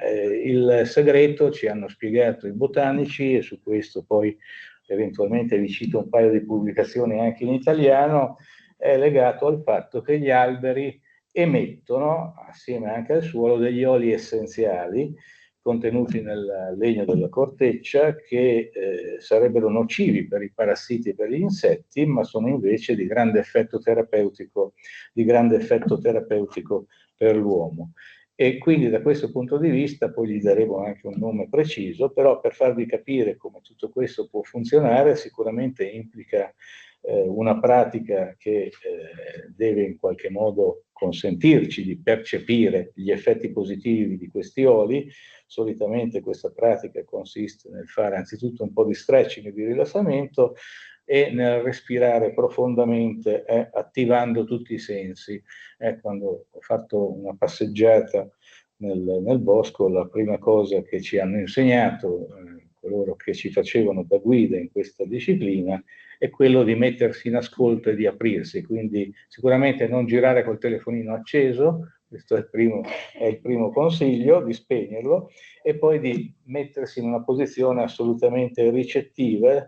Ci hanno fatto ad esempio anche abbracciare gli alberi, è un altro di questi gesti significativi che ci consente di percepire la natura, quindi toccare anche con le mani le foglie, i cespugli, la corteccia degli alberi, insomma sostanzialmente mettersi in una posizione di apertura nei confronti del bosco e soprattutto quello di svuotarsi in modo tale da produrre quello che viene chiamato l'effetto biofilia. L'effetto biofilia, qui gli diamo un nome, è il prodotto di questi oli essenziali, in particolare di quelli che si definiscono i terpeni che agiscono sul sistema immunitario aumentando la produzione, come dicevo prima, delle cellule naturali killer, che sono quelle appunto che contrastano le cellule tumorali e favoriscono la produzione di proteine invece in senso positivo. Ma non solo, questi agiscono anche sul sistema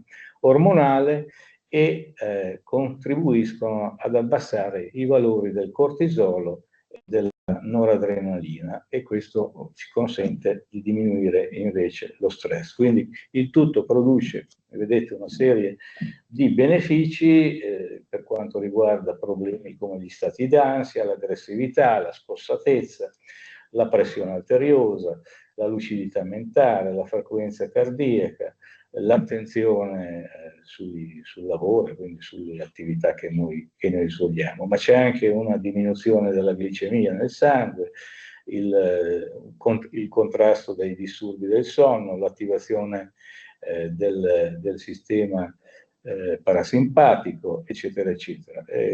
Tutto questo è stato in una serie di studi, soprattutto, come dicevo, giapponesi, ma oramai abbiamo, come vi farò vedere alla fine, più di 200 riferimenti di natura scientifica a livello internazionale, quindi anche di tipo europeo e nordamericano. Per esempio è stato valutato che una giornata del bosco può aumentare la produzione delle cellule almeno per una settimana, mentre 2 giornate possono produrre anche per un mese questa produzione di tipo positivo. L'effetto biofilia poi è stato studiato da vari autori. Prima si parlava della comunicazione delle piante, per esempio in questo caso questo testo sull'effetto biofilia scritto da questo Clemens Harvey è incentrato sulla comunicazione di tipo sostanzialmente musicale che avverrebbe tra le radici delle piante, e questo è molto interessante perché abbiamo imparato che le piante hanno un loro linguaggio che comunicano fra di loro, cosa di cui non ci eravamo mai accorti, e quindi questo potrebbe essere anche un'altra delle spiegazioni dei meccanismi attraverso cui agiscono positivamente gli effetti della forest therapy. Questo è il testo invece fondamentale di Qin Li sullo Shinrin Yoku che vi dicevo prima, da cui siamo partiti. Cito per finire questa prima parte alcuni dei vantaggi che in termini di potenziale terapeutico gli studi internazionali hanno sostanzialmente certificato, soprattutto per quanto riguarda la stimolazione delle risposte del sistema psiconeuroendocrino immunitario, l'innalzamento delle cellule killer per la difesa, come dicevo, dalle cellule tumorali, l'abbassamento della glicemia, il rilassamento mentale, l'aumentata capacità di concentrazione, della lucidità mentale, l'attivazione del lobo frontale cerebrale, il contrasto del meccanismo biologici e psicosociali che producono la depressione, l'innalzamento del tono dell'umore e di quei meccanismi biologici che ci consentono di affrontare meglio il problem solving.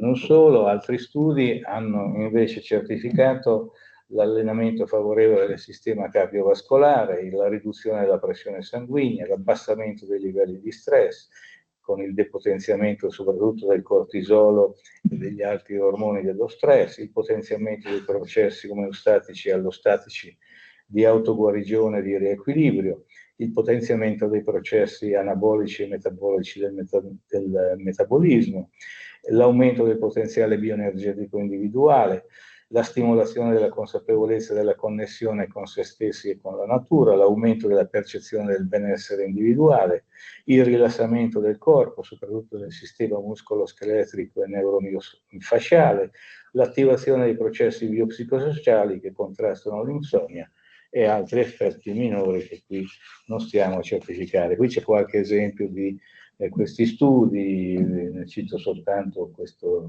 alcuni come questa review, questo studio giapponese sull'effetto di rilassamento di 2 ore di camminata nella Kumano Kodo Forest, che è uno dei luoghi che in Giappone viene utilizzato per la forest therapy. Quest'altro invece è una review sullo Shinrin-yoku e la terapia naturale sulla letteratura internazionale. Sì. A casa sono fermi alla prima slide. E che è successo? Non ha girato, però. Io ho usato le frecce come... No, ed era giustissimo. Allora, intanto facciamo dovevi dirmelo interrompi. prima. Lo Mi so, spiace. però abbiamo saputo da poco. Allora, fine presentazione. Ovviamente chiediamo a casa se ci date dei riscontri più tempestivi. Allora, no, ecco. Poi comunque è tutto registrato. Sì, esatto, non è un problema, però volevano seguire Giustamente, se no condividi. c'è una scissione fra video e suono. Finestra, Giarelli, Forest è questa, condividi. Forse non devo usare le frecce. No, vabbè. Ma in genere va bene. Ecco, adesso c'è, però puoi andare indietro. Sì, vediamo. Ok. Va indietro e avanti? Così vai avanti. Adesso va bene? Però indietro. Adesso si muove. Sì, lo vedo da qui. Sì, la vedo. Scusa, sì. No, Allora, intanto ti metto la modalità.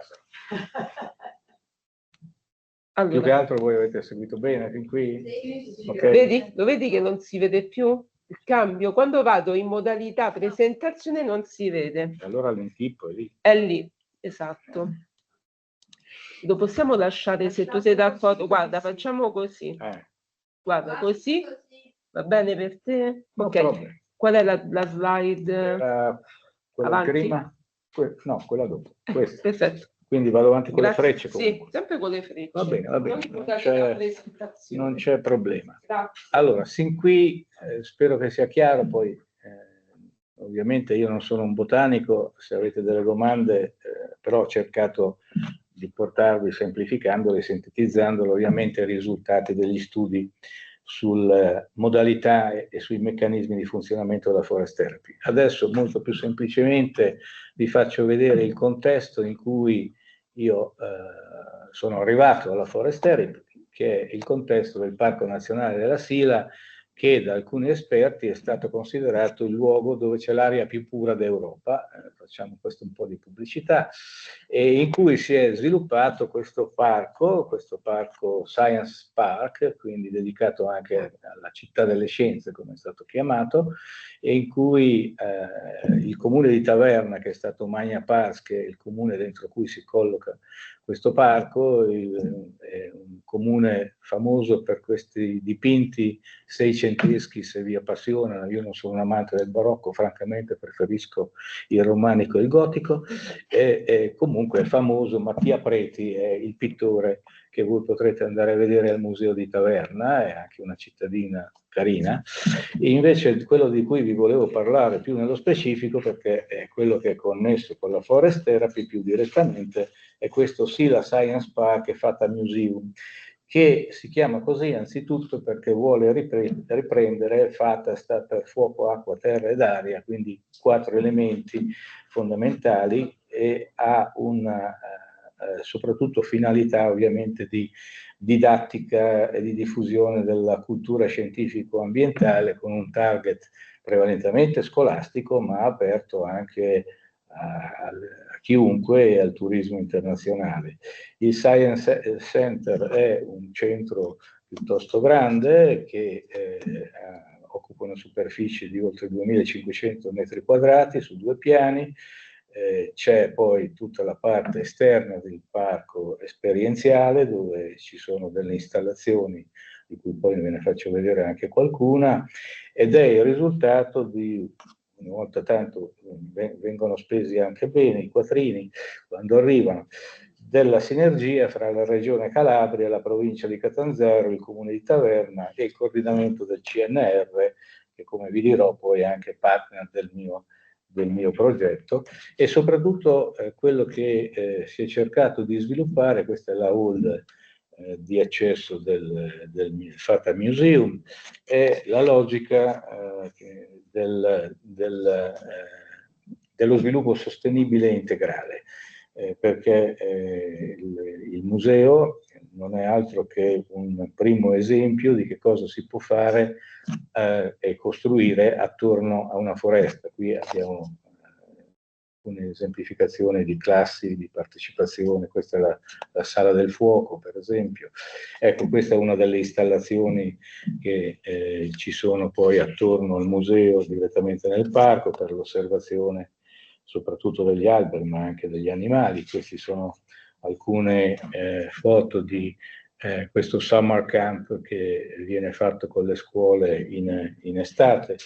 E quindi il turismo didattico è una delle prime attività su cui si incentra questa idea di sviluppo sostenibile, che quindi è integrale, centrato sulla foresta, quindi fattoria didattica, bosco didattico, laboratorio didattico e tutta una serie di altri elementi che ruotano attorno come attività artigianali e quant'altro.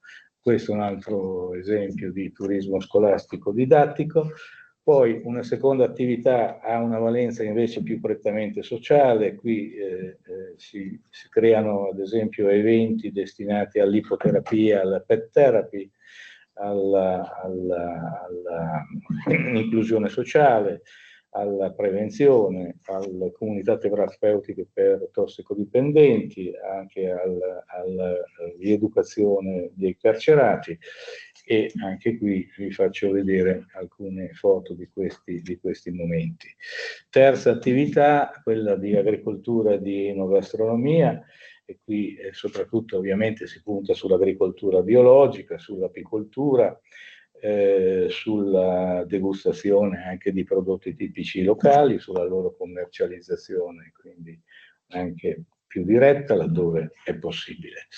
Più in generale diciamo che il museo fa parte, qui c'è la descrizione che vi dicevo prima, ma fa parte anche di una rete più ampia in cui a livello sia nazionale che internazionale si è cercato di sviluppare questa idea dello sviluppo sostenibile e integrale centrata sulla foresta. E qui per concludere questa parte vi faccio vedere alcuni scorci del parco della Sila, in particolare della Sila Piccola, per chi lo conosce. Questo è un laghetto, questa è l'installazione in cui se vi interessa potreste essere ospitati. Questa infatti è l'ospitalità del CAMS che esiste lì per attività varie di chi si volesse inserire in questo luogo. Vengo all'ultima parte, cioè al nostro progetto. La nostra idea, quando dico nostra, adesso vi dico anche chi sono i partner che ruotano attorno a questo progetto, è stata quella di sviluppare un'attività in 4 direzioni. Innanzitutto la forest therapy funziona se c'è uno studio, una certificazione dei boschi della foresta, perché come dirò è molto diverso a seconda del tipo di bosco, del tipo di stagione, dell'ora della giornata, l'effetto che può avere, che possono avere gli oli essenziali, le tipologie dei terpeni, dipende dalla percentuale di ossigeno, di ioni negativi, quindi c'è una forte variabilità sia stagionale che diurna. Quindi servono degli studi per capire in certe aree, in certi momenti, c'è una dimensione spazio-temporale ben precisa, quando, come e perché. Poi una seconda area è lo studio e la certificazione dei singoli percorsi terapeutici e delle guide. Come vi dirò, ci sono 5 livelli che vanno dalla semplice passeggiata che anche un disabile in carrozzina può fare perfettamente, a un quinto livello in cui si sta da soli a dormire con un solo sacco a pelo, senza nemmeno la tenda, per una settimana dentro il bosco, e auguri se ce la fate. La terza attività è molto sfidante, ma credo che sia io sono arrivato al secondo livello per adesso. Ma hanno la tenda. Ah, vabbè, allora qualcuno fa anche lì le attività estreme. Vabbè. La terza direzione in cui ci siamo mossi è quello di creare dei gruppi di studio sui soggetti utilizzatori, perché anche qui è diverso che sia un giovane o che sia piuttosto un anziano, una persona che non ha problemi, un altro che è depresso, e quindi a seconda dell'utilizzatore ovviamente gli effetti possono essere molto diversi. E la quarta direzione è stata quella di coinvolgere ovviamente i professionisti, in particolare i medici, ma anche operatori sociosanitari, educatori sociali, sanitari, assistenti sociali e quant'altri, che potevano dare un contributo a questa logica sempre dello sviluppo integrale. E quindi l'idea è che dovevamo raccogliere prove scientifiche per i vari tipi di benefici, sia nella direzione sanitaria, quindi promozione della salute, prevenzione, cura e riabilitazione, sia nella direzione educativa, quindi sviluppo di una coscienza ecologica, comunicazione, relazione, il vostro pane, consapevolezza e responsabilità, sia nella logica dello sviluppo integrale che dicevo, sostenibile, tutela del territorio, quindi biodiversità, turismo sostenibile, economia di sviluppo locale, storia e recupero anche della cultura locale. Ecco, i partner che sono in qualche modo stati coinvolti in tutto questo, a partire ovviamente dal Comune di Taverna, l'impresa che gestisce il Sila Science Park, che purtroppo è quella che ci ha dato più problemi, perché quella, come ogni impresa, si muove in una logica di profitto, e quindi noi invece cercavamo di percorrere altre strade.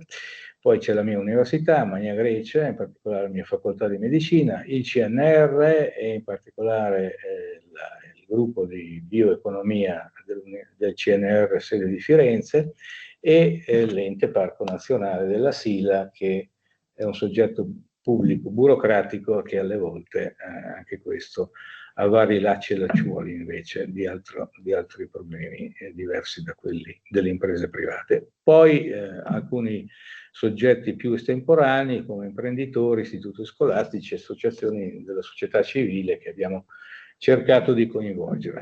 E chiudo con il progetto vero e proprio. In che cosa si articola il progetto, di cui speriamo fra qualche anno il progetto sarebbe annuale o biannuale a seconda dei finanziamenti, ma di riuscire a portare qualche risultato in futuro. Come vi ho detto già dal titolo, riguarda appunto la valutazione del potenziale terapeutico e della qualità percepita della medicina forestale per la promozione della salute e del benessere.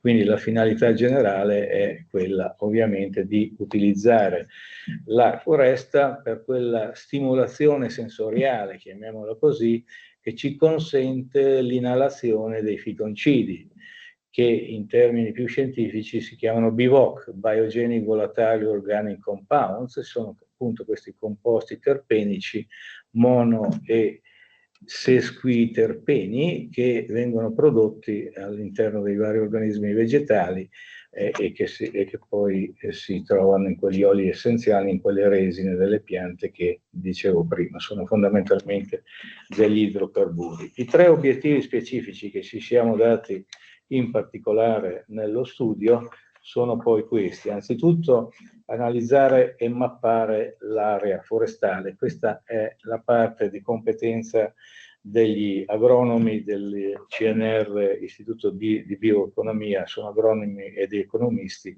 di Firenze, cioè quello di andare a studiare soprattutto i percorsi, come dicevo prima, di forest therapy attivati, per vedere quali sono le caratteristiche micrometeorologiche, chimico-fisiche, le proprietà biochimiche dell'aria, e poi soprattutto capire quali sono le connessioni fra questi aspetti e gli effetti sulla salute umana in termini sia di esiti psicologici che fisiologici che la frequentazione forestale è in grado di produrre. E per fare questo loro devono rilevare nelle varie aree in cui ci sono questi percorsi forestali attivati i vari parametri micrometeorologici, della qualità dell'aria e delle proprietà biochimiche dell'aria. Poi c'è il secondo obiettivo, che invece, mi scuso se il numero è rimasto sempre 1, non si è mosso. Il secondo obiettivo invece è più di tipo medico-clinico, e cioè di valutare il potenziale terapeutico che la medicina forestale ha per tutta quella serie di problematiche che vi ho elencato prima, che sono qui nuovamente ricordate. E poi c'è il terzo obiettivo, che è quello che mi compete più direttamente come sociologo, e cioè l'idea di valutare la qualità percepita da parte dei diversi soggetti, tipologie di soggetti che utilizzano questa possibilità offerta dalla forest therapy. E tra questi soggetti noi abbiamo in particolare specificato i bambini e i fanciulli, e quindi i percorsi di forest pedagogy and forest nursing, come li abbiamo chiamati, poi gli adolescenti, e quindi i percorsi di forest school e forest learning, gli adulti, i percorsi di forest prevention and health promotion, e poi gli anziani, i percorsi di forest care. Persone in fase riabilitativa di convalescenza, di percorsi di forest therapy, e persone con disagio mentale, e quindi percorsi di forest psychotherapy and ecopsychology. I 5 partner, ve li ho già in parte elencati, sono in particolare il mio centro di ricerca che si chiama CRISA, centro di ricerca interuniversitario, sono 6 università. Oltre alla mia che capofila c'è la Cattolica di Milano, l'Università di Pisa, l'Università di Macerata, di Salerno e di Bari. E poi c'è l'Istituto, come vi dicevo, di Bioeconomia del CNR di Firenze, c'è l'Ordine dei Medici con tanta fatica della provincia di Catanzaro, il Comune di Taverna e il Parco Nazionale della Sila, un altro soggetto burocratico con cui nemmeno ChatGPT ci può aiutare a ridurre lo stress. I 3 working package corrispondono sostanzialmente ai compiti che vi ho detto di questi soggetti, per cui l'Istituto di Bioeconomia del CNR si occupa del working package number 1, cioè la mappatura dettagliata delle caratteristiche delle proprietà dell'atmosfera forestale del Parco Nazionale della Sila.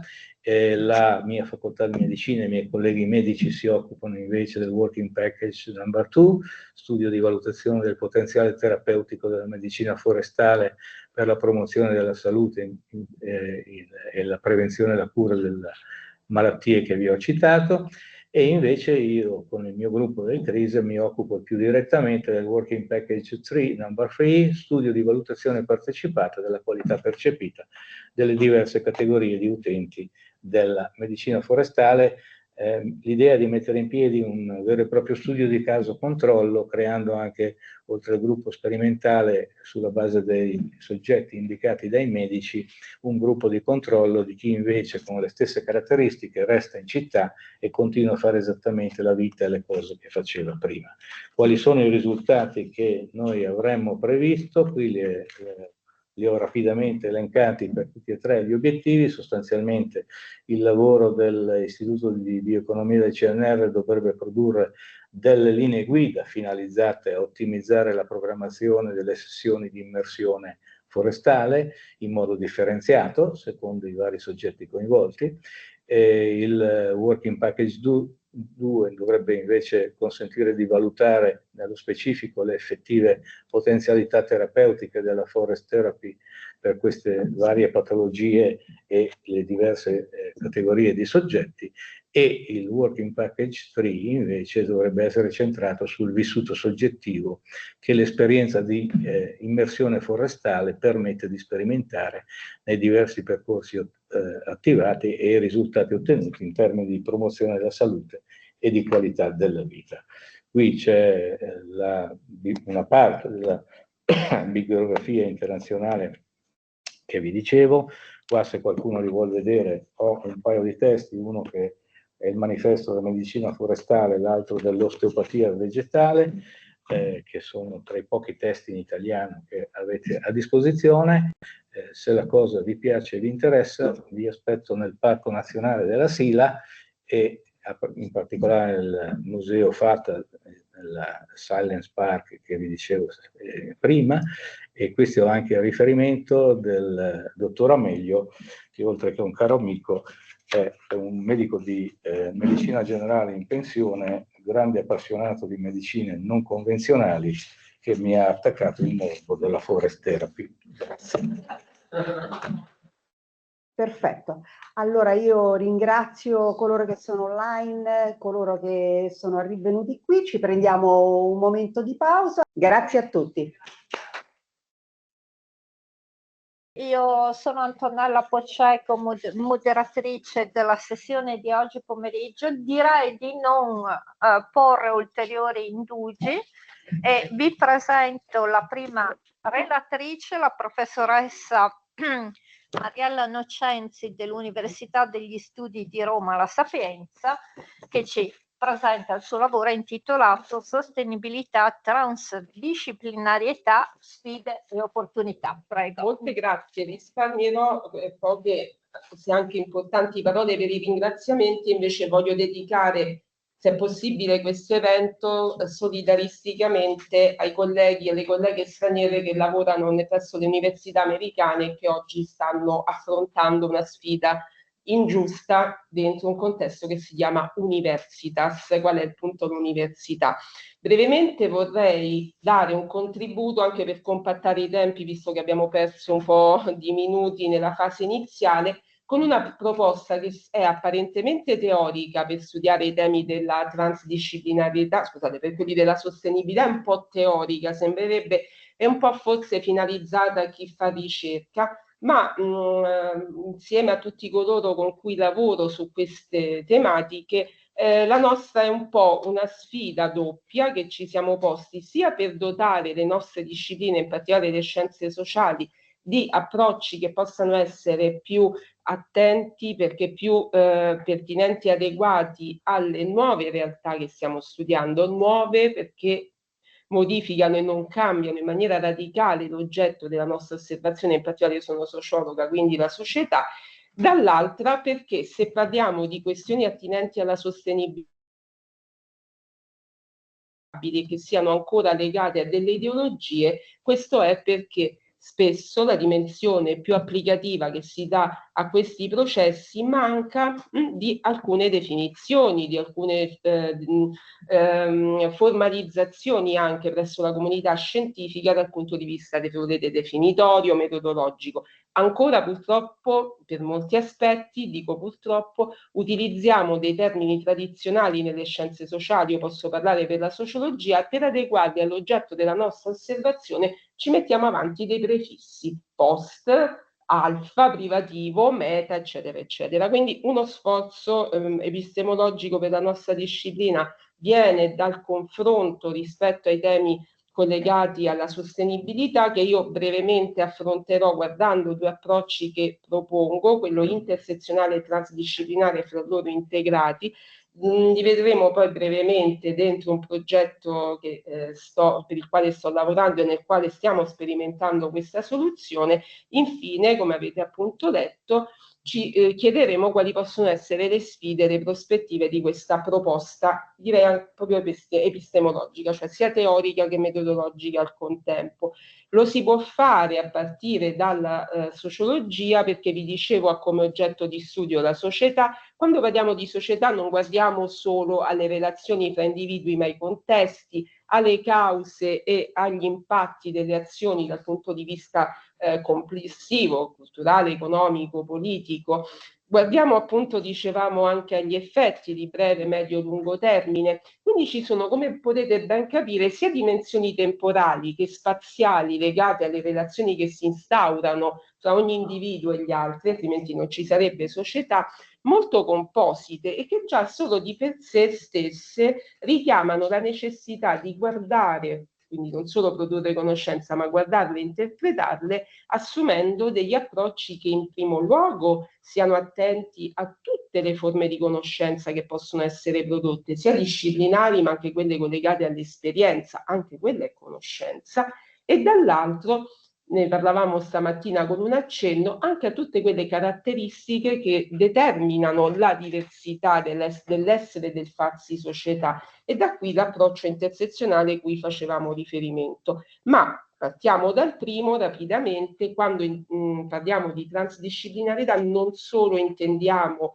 far dialogare fra loro le varie discipline e quindi i loro strumenti teorici e metodologici, che per alcune discipline sono davvero molto distanti ed è difficile mettere a un tavolo e fare una ricerca unendo, integrando queste metodologie. Però è pure vero, qui in sala ci sono esperti non sociologi ovviamente, è pure vero che avviene molto più frequentemente e senza che sia scritto in un manuale di quello che noi pensiamo, che queste conoscenze disciplinari si integrano. Quando poi passiamo al secondo step, cioè quello che insieme alla conoscenza formalizzata e disciplinare si passa addirittura a integrare altre forme di conoscenza, ovviamente il grado di complessità aumenta, ma si semplifica se pensiamo che la produzione di conoscenza a cui facevamo riferimento è tale che qualsiasi oggetto ne sia il focus, questo non viene elaborato scientificamente con rigore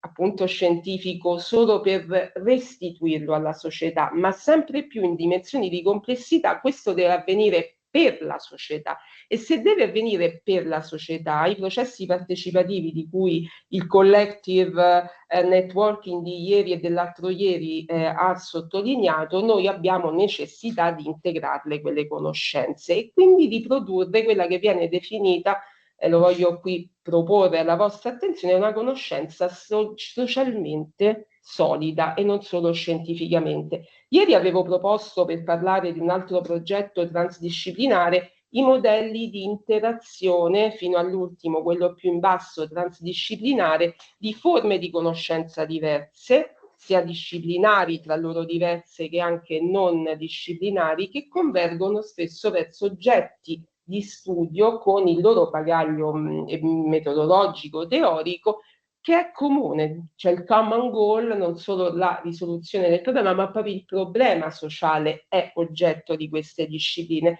e quindi avanza quelle forme di conoscenza che in scala vediamo in questa slide precedenti, dalle disciplinari alle multi e interdisciplinari, fino alla forma più integrata che vedete nell'infografica più in basso e vedete applicata in quest'altro modello, modellistica di vari progetti, assume anche solo iconicamente, se non vogliamo soffermarci sugli aspetti specifici, le stesse strutture composite, reticolari, multilivello che noi affidiamo alla definizione di complessità.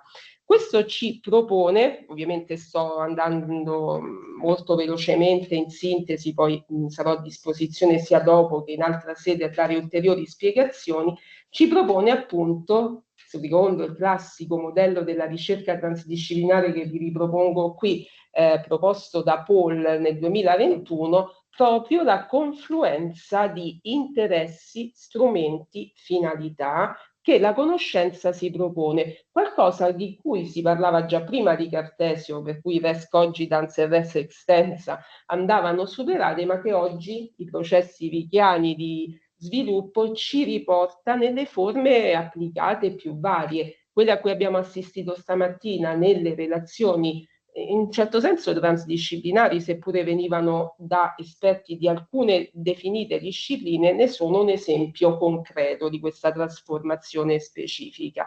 Ciò che effettivamente caratterizza quindi la transdisciplinarietà dentro un progetto, ed è il progetto che vi sto per presentare solamente per gli aspetti legati a questo approccio, è certamente l'integrazione delle discipline, ma anche l'engagement nella collaborazione di tutti gli attori interessati a quel progetto specifico, con una particolare attenzione per la parte bassa di questa slide. Da una parte la focalizzazione sui problemi reali, ci dice la letteratura, quindi la possibilità di sviluppare strumenti di intervento, talvolta di intervento in ricercazione, cioè mentre si studia un determinato oggetto ci si può anche intervenire e questo si può fare, parte della slide sulla vostra destra, per quei processi innovativi della metodologia, delle metodologie in generale e della ricerca che consentono di acquisire e integrare nuovi approcci. Attenzione, non approcci metodologici come questo, ma anche proprio nuove visioni rispetto a ciò che noi stiamo studiando. E quando parlo di nuove visioni, stamattina è anche emerso, ci sono tutta una serie di attori interessati a un particolare fenomeno sociale oggetto che per varie ragioni culturalmente stratificate e solidificate non vengono presi in considerazione. L'esempio più classico, qui abbiamo un'esperta di medicina e quanto la medicina, ad esempio, fino a qualche decennio fa, non integrava alcuni fenotipi su cui sperimentare le proprie medicine e quindi queste poi avevano degli effetti cosiddetti imprevisti su chi se le assumeva ma non era stato oggetto del test di quelle medicine. E qui abbiamo solo un esempio pure, capite, molto importante in cui il soggetto integrato è quasi un soggetto passivo, permettetemi di dire questo, perché era oggetto di un test. Figuriamoci quando fa parte di processi di produzione della conoscenza, come piace a qualcuno dire. Quindi perché allora l'intersezionalità si innesta in questo modello transdisciplinare di fare ricerca? Mi sembra abbastanza ovvio a questo punto. Se noi guardiamo la società che è composta da più attori sociali caratterizzati da una miriade di categorie tra loro differenti, ma che sono differenti anche tra noi. Pensate alle vostre categorie identificative, cioè che vi danno quel ruolo, quell'identità sociale riconosciuta dagli altri. Sono alcune ascritte fin dalla nascita, ma altre acquisite nel vostro percorso di vita e possono anche cambiare a seconda del momento della giornata in cui voi esercitate un ruolo e avete un'identità. Sono identità che in sociologia piace definirsi come identità multiple, ma in realtà sono identità naturalmente presenti in ogni soggetto da sempre. Noi siamo il nostro genere, la nostra età, la nostra condizione formativa ed economica, ma siamo tutta quella serie di elementi, attenzione, non sommati, ma che si integrano e l'uno si riflette nell'altro incidendo sul modo di essere, per esempio, donna bianca e cinquantenne, a seconda poi del contesto in cui siamo e dell'azione che agiamo. Quindi qualcosa che sarebbe così complicato inserire dentro un modello e un paradigma definito che per secoli, fino, come vedete, lì ho riportato una delle più celebri frasi di Bourdieu, era più semplice sintetizzarla con la visione dominante maschile, eurocentrica, occidentalcentrica in qualche modo. Al contrario, l'intersezionalità cosa fa?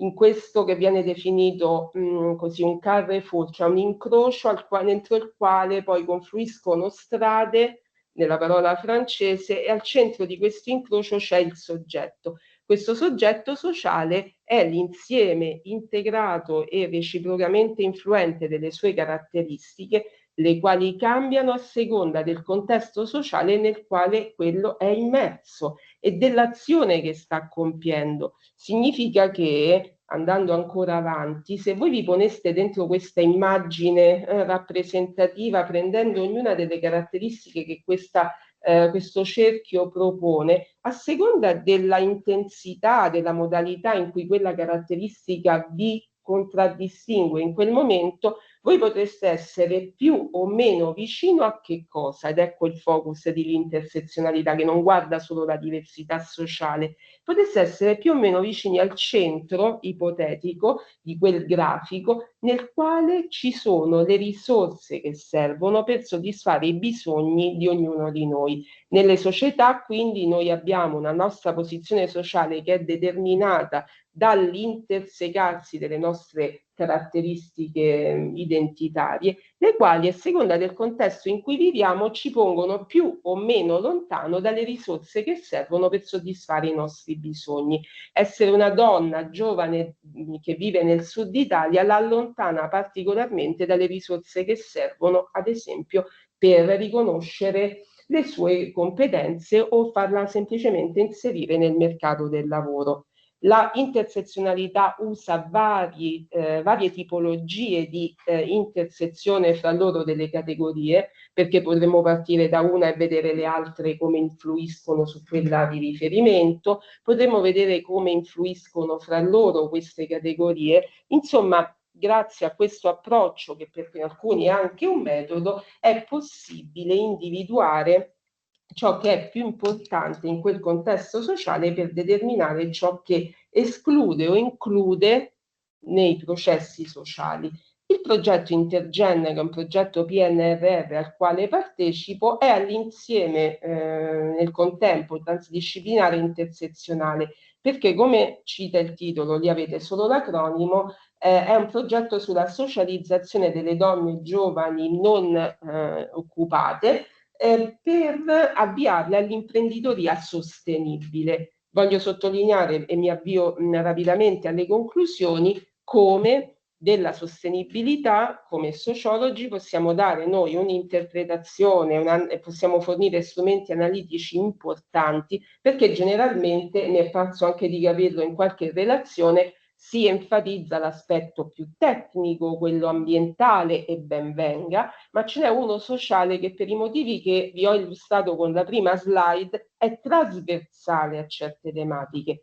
Ad esempio, in questo progetto, avviare nelle aree interne del paese, il progetto si sviluppa soprattutto nelle aree dell'Abruzzo e del Molise, quindi aree interne del nostro paese, e avviare al lavoro di imprenditoria sostenibile, utilizzando risorse locali, donne e giovani con vario livello di competenza e una specifica formazione, facendo una mappatura delle buone pratiche, consente di sviluppare le varie dimensioni della sostenibilità, di intervenire su obiettivi economici, direi occupazionali fondamentali, dall'altra di sviluppare strumenti partecipativi che nella metodologia del progetto sono certamente l'individuazione delle buone pratiche, il metodo Delphi su esperti di varie discipline e poi corsi formativi costruiti in modo partecipato con le loro destinatarie specifiche.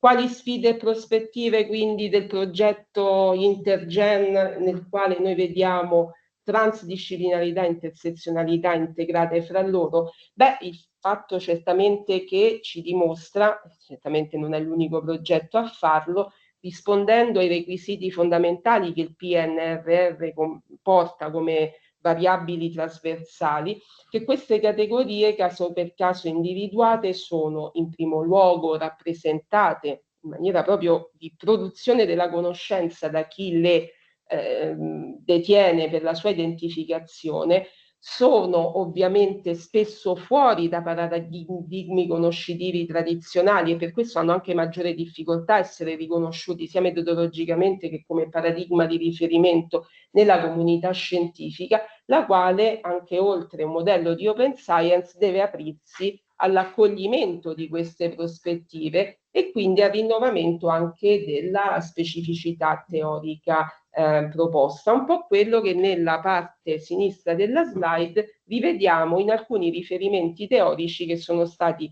proposti evidentemente nella letteratura sia intersezionale, che ha una base del femminismo, ma poi ovviamente si è particolarmente evoluta, che anche all'esterno e soprattutto nella letteratura sulla sostenibilità sociale.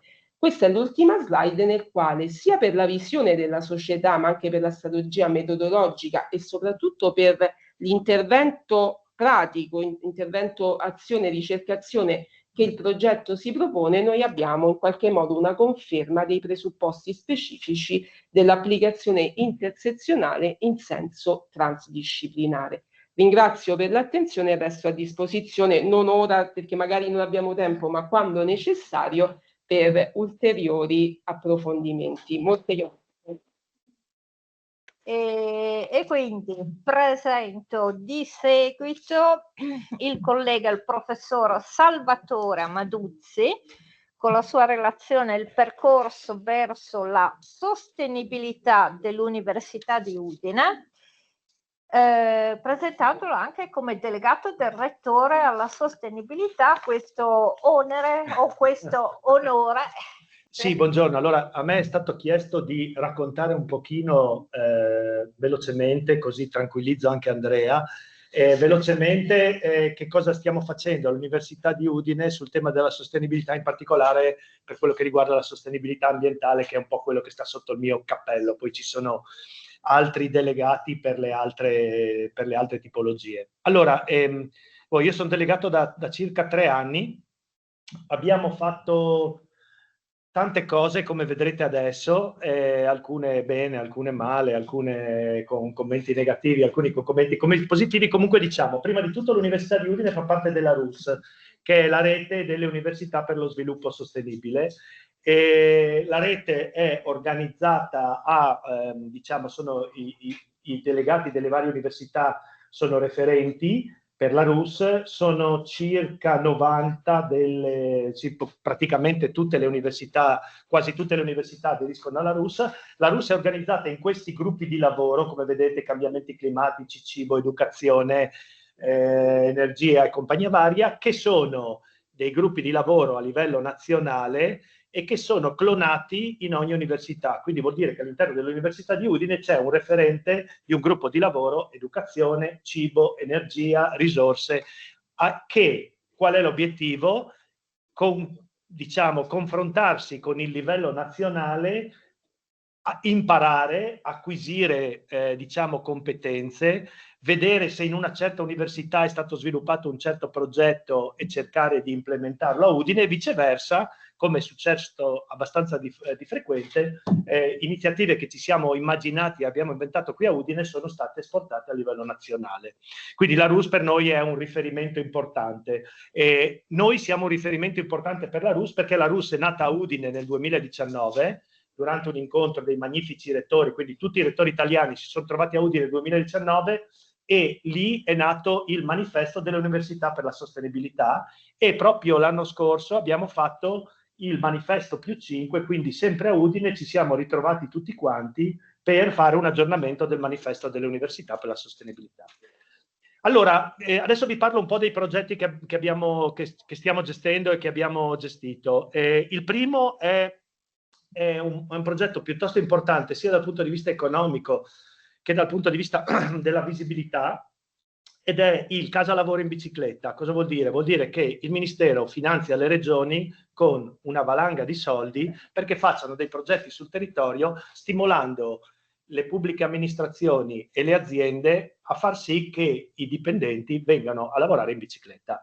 Allora, questa cosa pochissimi lo fanno, pochissimi sanno che ci sono questi soldi, l'abbiamo saputo per caso e abbiamo in 2 anni, con una serie di contatti con la regione, siamo riusciti a fare questo accordo quadro. Questa cosa è nata perché nell'ambito di una tesi che avevo fatto con un mio studente, era venuta fuori questa tabellina strana. Avevamo preso tutti i dipendenti dell'Università di Udine e tutti gli studenti dell'Università di Udine, tolta l'anagrafica, soltanto la residenza e il luogo in cui frequentavano le lezioni o lavoravano. Ed è venuto fuori una cosa, questionario, insomma tutta una serie di attività. La cosa fondamentale è questa, che ogni giorno all'Università di Udine ci sono circa 6.600 persone che fanno 47 km in andata e ritorno in auto. E allora, quando ho visto questa cosa, ho detto allo studente, boh, rifai tutti i conti,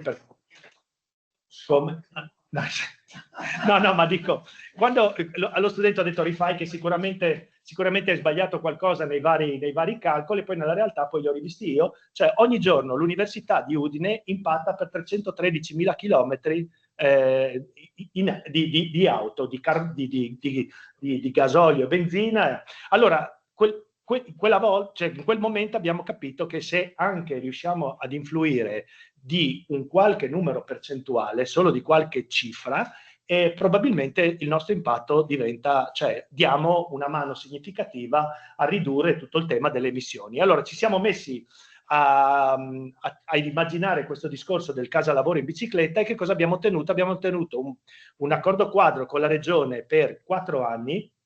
Nel primo anno, che è stato l'anno scorso, la Regione ci ha dato €500.000 per infrastrutturare tutte le sedi dell'università con rastrelliere, colonnine di ricarica per le biciclette, colonnine per la manutenzione, oggetti di questo tipo che adesso vedrete piano piano arrivare nelle varie sedi, perché tanti dicono ma io non vengo in bicicletta perché me la rubano. Ok, adesso ci saranno delle gabbie di questo tipo, per cui ci sarà un badge, io col badge apro la gabbia, metto la mia bicicletta, forniremo dei dispositivi per cui se la tua bicicletta si sposta ma non ci sei tu sopra, ti allerta su una app che stiamo sviluppando. Quindi abbiamo sviluppato un'app che daremo a tutti quelli che utilizzano la bicicletta e che avrà due obiettivi. Uno è quello di, appunto, monitoraggio se per caso te la fregano. 2 è monitoraggio delle infrastrutture, cioè noi chiediamo a quelli che usano l'app di segnalarci se nel proprio percorso casa-lavoro ci sono sulle ciclabili delle problematiche. Perché? Perché nel terzo anno di questo accordo quadro i soldi non andranno all'università ma andranno ai comuni, che potranno migliorare le infrastrutture ciclistiche per raggiungere l'università. Se noi in questi 2 anni avremo identificato le zone critiche, il comune potrà intervenire direttamente su questo. Nel secondo anno ci sarà i dipendenti potranno accedere a un monitoraggio gratuito dei propri parametri fisiologici per capire se questa iniziativa ha un senso, e in più c'è un incentivo economico, cioè se il dipendente decide di usare l'app che monitora se sei in bicicletta o non sei in bicicletta, un tot di un 0, euro ogni chilometro per raggiungere cioè della distanza tra la casa e l'università. Quindi incentivare anche economicamente le persone che decideranno di fare questa scelta. Chiaramente con un limite massimo di tot euro al mese, perché non diventi un secondo stipendio e gente che prende casa a Tarvisio e tutti i giorni viene in bicicletta a Udine. Come? No, beh, io conosco gente che da Gemona lo fa tutti i giorni, andata e ritorno. Non è banale. Quindi, come vi dicevo, terzo anno, sviluppo della rete. Poi cosa stiamo facendo? Abbiamo scoperto che ogni sede dell'Università di Udine ha qualche decina di biciclette di proprietà dell'università, bucate, forate, messe sotto la pioggia. Stiamo recuperando tutte le biciclette dell'università, le stiamo sistemando e verranno rese disponibili sul portale dove vengono fatte le prenotazioni, per cui chi si sposta da una sede all'altra potrà avere gratuitamente la bicicletta.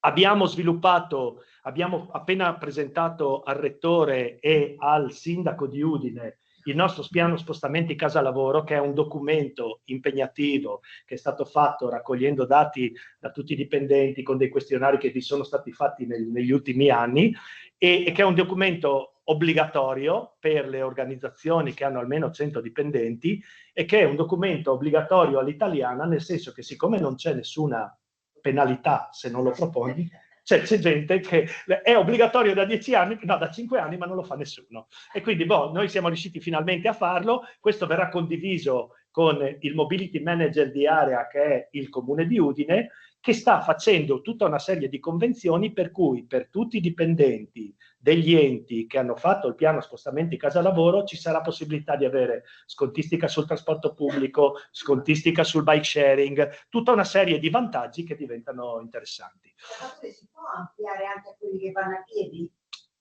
Non lo so, non c'è un spostamento casa lavoro a piedi, non c'ho pensato, non lo so, sì.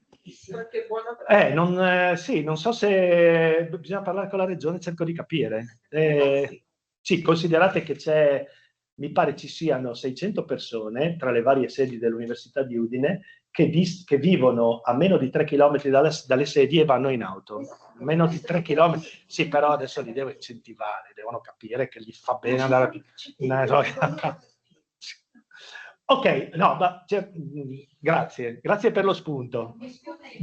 Prego. Ma con la bici date anche il caschetto e uno è assicurato anche? Stiamo vedendo di vedere con la FIAB di avere un'assicurazione per tutti quelli che utilizzano, che fanno il casalavoro in bicicletta. Il caschetto, diciamo che abbiamo già acquistato dei gadget da dare, tipo i coprisella perché si bagnano le selle, tutte queste cose. I caschetti dicono che almeno nelle bici condivise non le hanno voluti perché la gente non vuole mettersi il caschetto messo da altri, e fare la sanificazione dei caschetti diventa un po' complicato.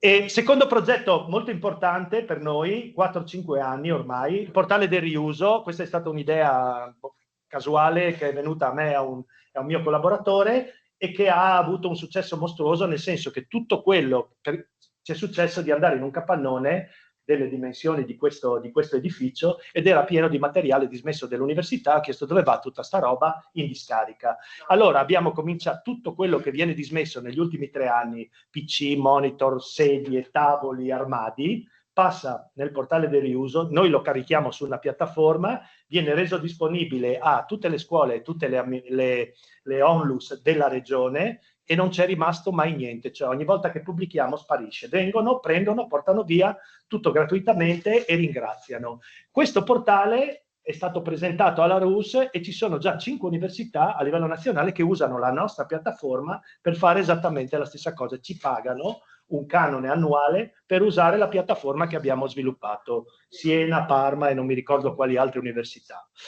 Boh, abbiamo una serie di collaborazioni col trasporto pubblico, pochi di voi lo sanno, ma ogni tanto vicino alle aule o nei corridoi trovate un QR code di questo tipo, se lo inquadrate vi dice guarda che tra 3 minuti arriva l'autobus lì, tra 2 minuti arriva l'autobus là, cioè c'è il timing dell'autobus in tempo reale, quindi non vi viene l'orario, ma è collegato al sistema GPS di tutti gli autobus, di tutto il trasporto pubblico della regione. Stiamo una serie di autovetture a gasolio e benzina nell'ambito di un progetto con la regione, le abbiamo ordinate elettriche, dovrebbero arrivare entro una settimana, quindi spariscono alcune auto dell'amministrazione a carburante, insomma a gasolio, a carburante fossile e con auto elettriche. Abbiamo finalmente installato le prime colonnine di ricarica elettrica nel parcheggio dei Rizzi e adesso piano piano estenderemo a tutte le sedi. Stiamo facendo un progetto, cioè, adesso ho visto che Gorizia, non me ne ero mai accorto, è diversa da Udine da questo punto di vista, perché probabilmente dipende dal gestore della raccolta dei rifiuti, però diciamo che nella maggior parte delle sedi siamo strutturati in questo modo, nei corridoi trovate questo tipo di contenitori. Stiamo spingendo molto sulla differenziata perché ci siamo resi conto che comunque nonostante questo la gente non differenzia, mette la banana nella plastica, mette la carta nell'indifferenziato. Com'è? No, adesso i bidoni dell'umido ci sono in quasi tutte le sedi, bisogna andare a trovarlo però. No, è nei luoghi dove si può mangiare, nei luoghi comuni dove si mangia c'è il bidone dell'umido. Credo di sì, però a me non mi è stato detto che era stato messo, e adesso piano piano li vedrete apparire anche dove ci sono le macchine del vending, quindi le macchine da caffè, queste cose, piano piano troverete anche l'umido. Stiamo facendo diversi progetti con Illyria, che è il provider per il vending, potete prendere il caffè con la vostra tazza, abbiamo scelto dei bicchierini di un certo tipo, le cialde vengono utilizzate con un processo per generare energia, quindi ci sono tutta una serie di cose, erogatori, ormai sono cose. Abbiamo fatto una cosa molto interessante che era nata all'interno dell'università, nell'ambito di quell'evento che avevo fatto per la RUS. Ho detto, questo deve essere un evento sostenibile. Avevamo fatto tutta una serie di regole e avevamo definito un vademecum per la sostenibilità degli eventi, e adesso questo vademecum entro giugno lo diffonderemo a tutti coloro che all'interno dell'università organizzano eventi, quindi i dipartimenti, gli uffici, le direzioni, e lì c'è specificato tutta una serie di attenzioni che bisogna avere per cercare di rendere l'evento il più sostenibile possibile. Abbiamo raccontato sta cosa a Promoturismo, e Promoturismo cosa ha fatto? Gli ha detto, lo vogliamo fare anche noi, d'ora in poi chiunque va a Promoturismo a chiedere dei soldi per organizzare una sagra, un evento, un concerto, Promoturismo gli dice, va bene, quest'anno te li do, però sappi che queste sono le regole che devi soddisfare dal punto di vista della sostenibilità, ti monitoreremo durante l'evento e faremo un questionario post-evento. Se non rispetti queste regole, sappi che il prossimo anno, quando mi verrai a chiedere dei fondi, non saranno altrettanto fondi. Ecco. Stiamo ormai da 5 anni qui, siamo stati la prima università a partire con un corso di base sullo sviluppo sostenibile che ad oggi è gestito dalla professoressa Codiglia, qui della sede di Gorizia, che ad oggi ha visto più di 2500 iscritti in questi 5 anni, studenti, dipendenti. Abbiamo fatto degli accordi con Promoturismo, per cui i dipendenti di Promoturismo, l'anno scorso abbiamo fatto un accordo col Comune di Udine, pochi dipendenti del Comune di Udine, cioè l'idea è quello di estenderlo anche a organizzazioni esterne. Per i dipendenti per gli studenti dell'Università di Udine ci sono 2 CFU se si completa il percorso. Quello che chiediamo anche a voi, visto che siete qua, e che abbiamo iniziato a chiedere 3 o 4 anni fa, è chiunque va all'estero e vede delle cose interessanti, ce le segnali. Siamo una delle 5 università, dall'anno scorso, ci ho messo 3 anni, siamo una delle 5 università italiane ad essere Climate Observer Organization, quindi siamo invitati alle COP come Climate Observer Organization. Per il primo anno ci siamo stati l'anno scorso e quest'anno adesso non so se ci andrà qualcuno o meno, però siamo una delle 5 università che fa parte di questo gruppo di. Boh, vabbè, non vi parlo degli impianti fotovoltaici, del cambiamento di tutte le luci, di queste cose. Questo è il nostro sito, qui trovate aggiornate tutte le informazioni di tutti i progetti e se avete dello spare time, del tempo libero da dedicare alla sostenibilità, vi accogliamo volentieri per qualsiasi vostra iniziativa o nostra iniziativa. Grazie. Passo rapidissimamente al collega Andrea Lampis. Andrea, ti vedo collegato. Devi condividere delle slide? Forse, per adesso no, posso parlare. E anzi, volevo ringraziare la professoressa Greco, la professoressa Pocecco per l'invito, anche la sede di Gorizia, e poi fare i complimenti ai colleghi che mi hanno preceduto. Interessanti le presentazioni, speriamo di poter dialogare. Allora, dunque, io oggi vi presento un lavoro che ho intitolato Ecologismo planetario e pensiero unico, riflessioni sulle riconfigurazioni del capitalismo cognitivo, che è un lavoro che è in relazione con un progetto più ampio su cui io sto lavorando da 4-5 anni, che si chiama Ecologia della riparazione. Ho pubblicato anche un articolo di cui sono stato il leader sulla Frontiers in Climate nel 2022. Ci sto lavorando anche con l'Associazione Internazionale di Sociologia a Rabat in Marocco. Quest'estate farò parte di un panel che si chiama Sociology of the Unthinkable. E dunque, entrando poi insomma nel tema direttamente,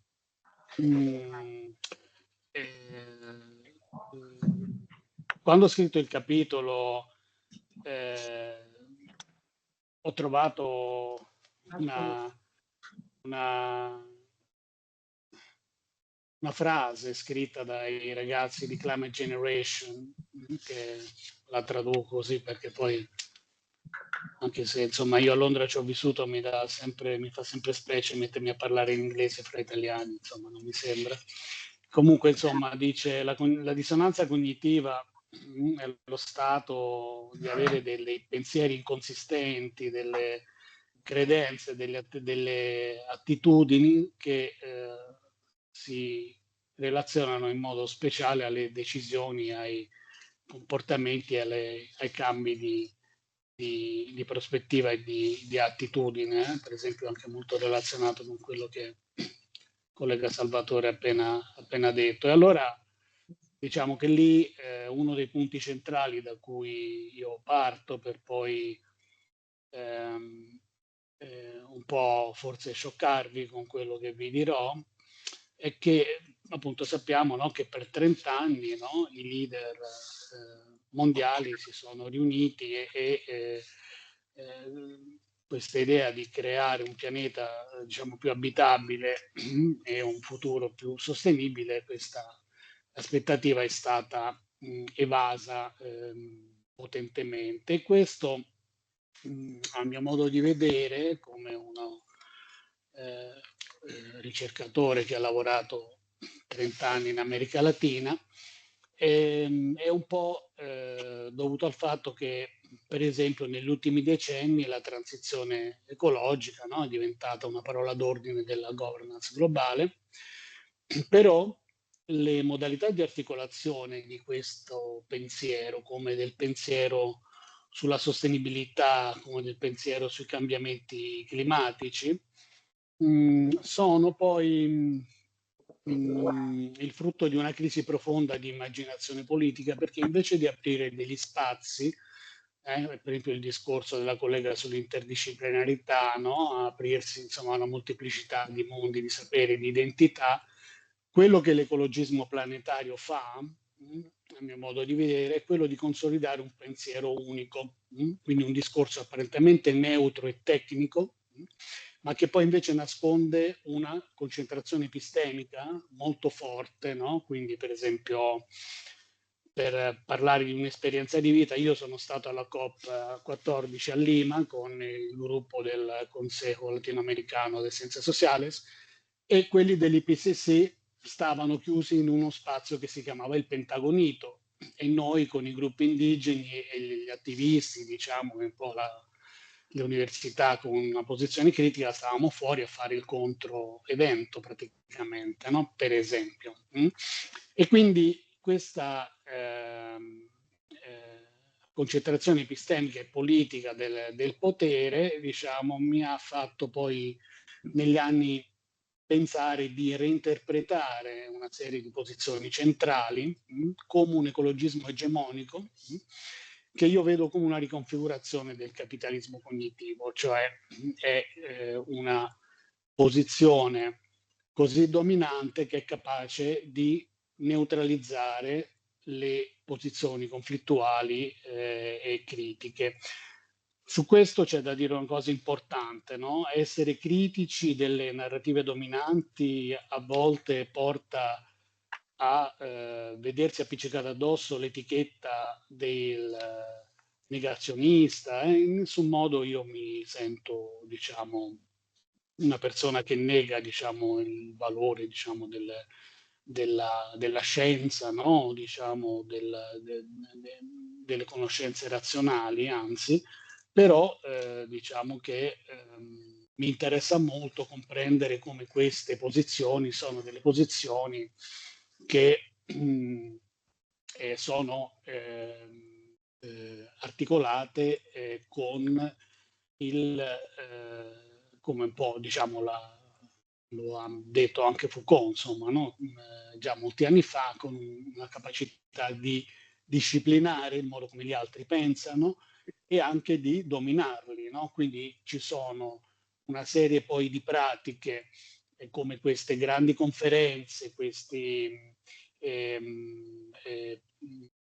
protocolli, no? Che si applicano ai territori che sono fortemente centralizzati, no? Per esempio, anche quando uno per esempio va a vedere i temi della transizione ecologica in Europa, con questi nuovi energy hub, sì, che sono degli spazi dove sostanzialmente si vendono soluzioni finanziarie o tecnologiche per innovare, in molti casi. E c'è tutta un'altra parte di mondo invece che non risponde, insomma, a queste logiche. Allora, una cosa interessante è, come io faccio nel capitolo, è ritornare a analizzare la genealogia della nozione di antropoceno, introdotta da Paul Crutzen e da Eugene Stormer nel 2000, secondo cui, se per caso ci fosse dato che è un simposio multidisciplinare, non è che è detto che tutti si occupano di ambiente, allora ho pensato bene ripeterlo brevemente, secondo cui l'umanità è entrata in una nuova epoca geologica in cui l'impatto umano ha assunto una forza paragonabile a quella delle dinamiche naturali, no? Cioè capace di produrre una vera e propria nuova era geologica praticamente. Questa impostazione, che ha avuto una fortuna straordinaria, e infatti probabilmente molte persone quando mi sentono parlare criticamente di questa prospettiva possono pensare a questo mezzo matto, diciamo, che sta dicendo. Invece è ben interessante la cosa perché lungi dall'essere un semplice concetto descrittivo, produce effetti epistemici e politici profondi. La prima cosa che fa è creare un primo mito, che è il mito dell'unicità dell'umanità. Sì? E questo mito molte volte sta dentro il pensiero sulla sostenibilità. Allora, è evidente, certo, che come poi lo hanno detto autori come Jason Moore, no? che diciamo, il problema non è solamente il genere umano, ma è la storia politica che questo genere umano si porta dietro e che tu non puoi comprendere se non analizzi allo stesso tempo, quando tu parli di sostenibilità, quando tu parli di intersezionalità, no? Ci sono delle traiettorie politiche e storiche che evidentemente sono pesanti, no? Nel senso che l'umanità di Gaza non è certo la nostra, diciamo, l'umanità delle favelas del Brasile o delle villas miserias, sì, dell'America Latina è diversa per molti aspetti, no? Da quella di noi che stiamo in delle società molto spesso altamente avanzate, dove per esempio, come nella presentazione del collega Salvatore prima, giustamente, no? ci poniamo, no? Delle problematiche che in altri posti non esistono, perché in altri posti il riciclaggio neanche esiste. O per esempio tu hai città come Bombay, dove tu parli di transizione energetica, poi quando esci fuori dai circuiti dominanti della autoreferenzialità ti rendi conto che fa ridere, perché realmente nei quartieri periferici di Bombay la gente cosa fa?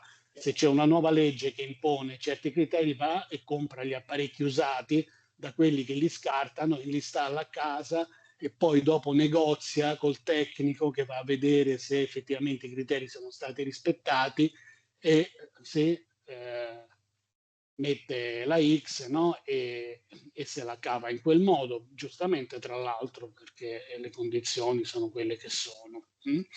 E quindi questo mito, no? Della unicità dell'umanità, assieme al mito della naturalizzazione del passato, cioè la narrativa antropocenica, una delle altre cose che fa è farci credere, se voi vi leggete Crutzen, il paper del 2000 con Stormer è proprio evidente, che c'era una sorta di età dell'innocenza ambientale. Quindi il periodo preindustriale è immaginato come un'epoca di equilibrio e armonia in contrasto con la discontinuità catastrofica provocata dalla modernità industriale. E secondo me questi miti, noi a livello occidentale, in molti casi pure in Italia, ce li siamo proprio bevuti interi, mentre secondo me questa visione salvifica, no, della scienza e della tecnologia, diciamo, perlomeno ecco, deve essere discussa in modo molto più critico, perché c'è un'esclusione molto potente delle conoscenze locali a livello, diciamo, per esempio di subglobale. Le conoscenze indigene, femministe, popolari sono quelle che stanno nei margini, e il mio sospetto, tra l'altro, è che questa relazione culturale con il territorio, così profonda e così ignorata da questi approcci egemonici, sia molto importante anche da noi, dove i saperi delle valli, dove la cucina, dove alcune cose, no, che hanno a che vedere col territorio, quello che noi siamo perché stiamo lì in quel luogo, sono così importanti ma così esclusi dalle logiche, che hanno prodotto poi alla fine addirittura, o sono uno dei fattori che facilitano l'affermarsi delle destre, perché in fondo, come l'aveva ben detto Castells, no? I sociologi conoscono la trilogia di Castells, una delle grandi, no, reazioni di fronte alla globalizzazione e di fronte alla negazione delle specificità locali che la globalizzazione in molti casi produce, e che producono gli abbordaggi, gli approcci, diciamo, centralisti, come appunto sostenibilità, sviluppo, diciamo, tutte le nozioni performative hanno questa capacità di, a un certo punto, avendo questa pretesa di avere scoperto delle direzioni, di istituzionalizzarsi e di imporle in qualche modo. Ecco, quindi il discorso planetario sull'ecologia è un discorso che ha una grande necessità di riconnettersi alla riflessione sul capitalismo cognitivo, perché la produzione di senso, emozione, coscienza, tutte quelle differenze di cui parlava la collega, che magari siamo assolutamente d'accordo, poi anche su questo punto è qualcosa di profondamente politico, no? C'è quindi un ordine globale apparentemente neutrale e tecnico che invece non lo è.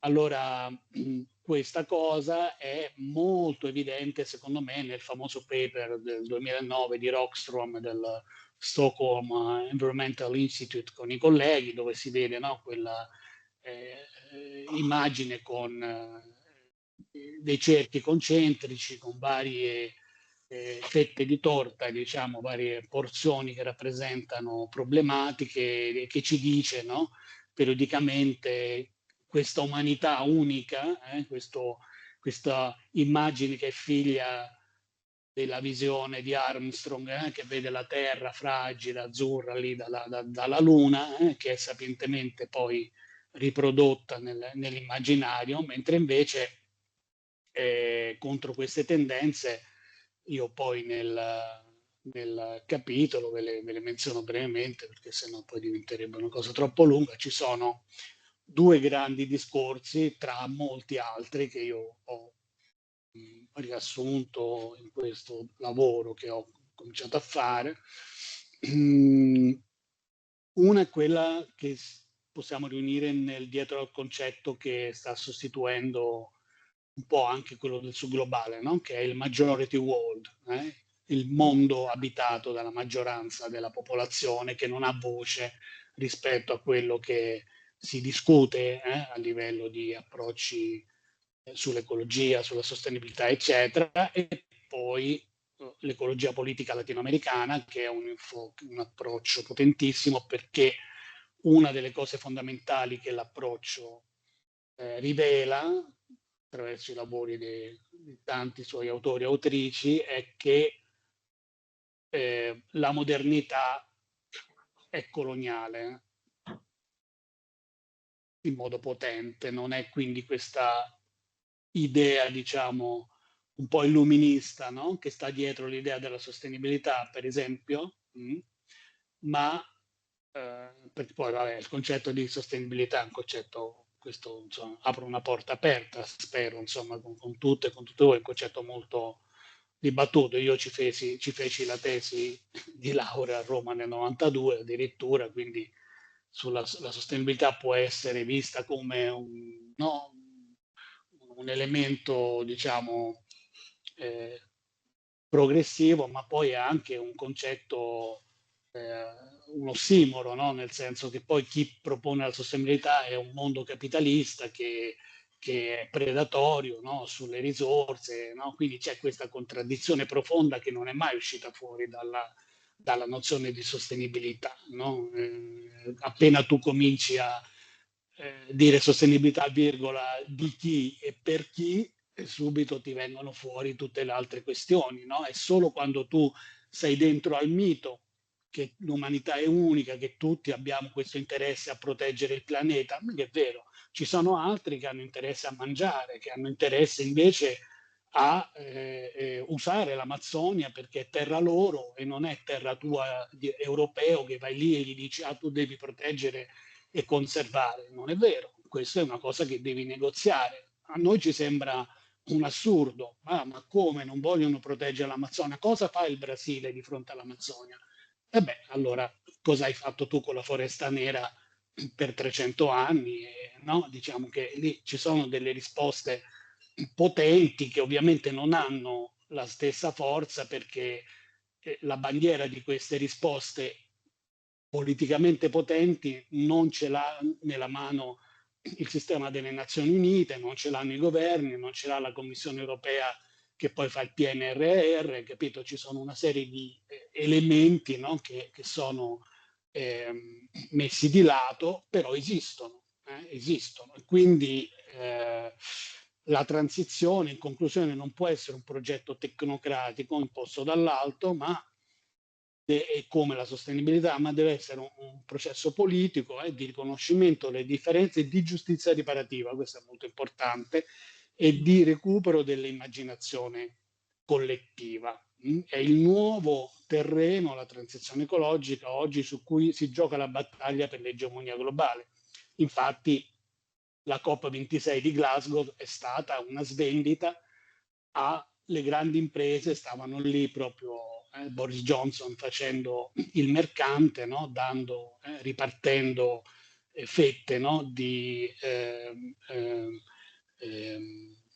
consulenze, di possibilità di investimento, eccetera, eccetera. E quindi per fare questo la minoranza che critica la sostenibilità, di cui io faccio parte, sostiene che è necessario ricominciare a costruire un pensiero critico, storico, situato, plurale, e immaginare un altro tipo di cammino, che non sia quello che viene sempre da dei centri che irradiano sulle persone, sui luoghi, che cosa devono fare, ma che invece cominciano riconoscendoli, no? Perché, per esempio, le pratiche montane del Friuli non hanno spesso lo stesso valore di quello che hanno una serie di approcci che vengono invece, no, da centri governativi, dalla regione, eccetera, eccetera, no? Sebbene è chiaro, questo è un po' bianco e nero, perché sicuramente poi ci sono molti casi dove invece ci sono persone che cercano questo dialogo, no? Eccetera, eccetera. Va bene? Quindi un po' questo è quello che io vi volevo raccontare. Vi ringrazio per avermi ascoltato e qualche minuto ce l'ho per qualche domanda, per un po' di dibattito, se così volete. Sì, e chiamo il prossimo relatore, il professor Daniele Ungaro dell'Università di Udine, che ci presenta le sue riflessioni intitolate Ritorno al futuro, Basaglia, Foucault, Goffman, per una sociologia dell'esperienza. Oh. Tanto buonasera a tutti. I contenuti di questo breve intervento derivano da un progetto che si intitola POT, Università, Scuola e Territorio per il potenziale culturale, partecipazione, inclusione e valorizzazione, un progetto nazionale a cui aderisce anche l'Università di Udine, e concretamente questo progetto si è concretizzato in una serie di laboratori che stiamo ancora svolgendo, e approfitto per invitare tutti. Abbiamo ancora 2 laboratori, venerdì 6 giugno, venerdì 4 luglio, quindi chi vuole venire sarà bene accolto.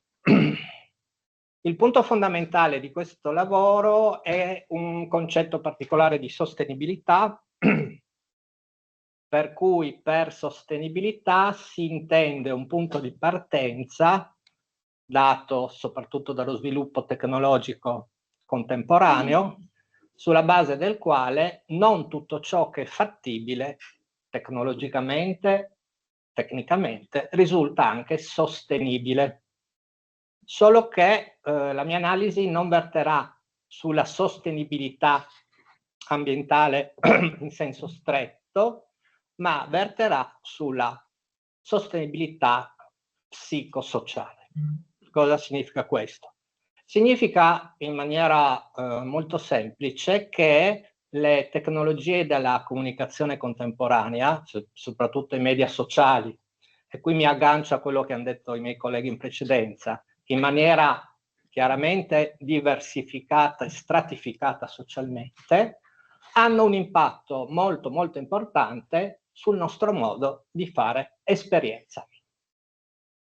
Hanno soprattutto un impatto su quella dimensione riscoperta a livello sociologico da Achille Ardigò, l'empatia, da questo punto di vista. Una definizione abbastanza riconosciuta e condivisa di empatia può essere espressa da questa metafora. Empatia significa la capacità di abitare la distanza, cioè di esserti abbastanza vicino da poterti sentire e abbastanza lontano da poterti vedere. Le tecnologie della comunicazione influiscono sull'empatia incrementando notevolmente la distanza. Quindi in pratica io posso vedere moltissimo, è un'estensione iper estesa del concetto di villaggio globale di McLuhan, posso vedere tantissimo, ma sento molto di meno. E qui facciamo subito un esperimento di come i media sociali cambiano l'esperienza. Se volete potete chiudere gli occhi per ascoltare il suono dei cimbali tibetani, oppure lo fate con gli occhi aperti, come preferite. Sentite solo la vibrazione del suono.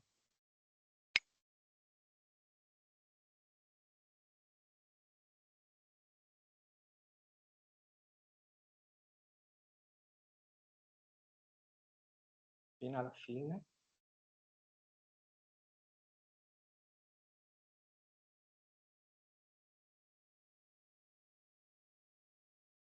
Molto bene. Ora per qualcuno questa vibrazione sarà stata piacevole, per qualcuno spiacevole, per qualcun altro neutra, ma questa esperienza che abbiamo fatto non è un'esperienza tecnologicamente riproducibile. È una specie di test di Turing che abbiamo fatto.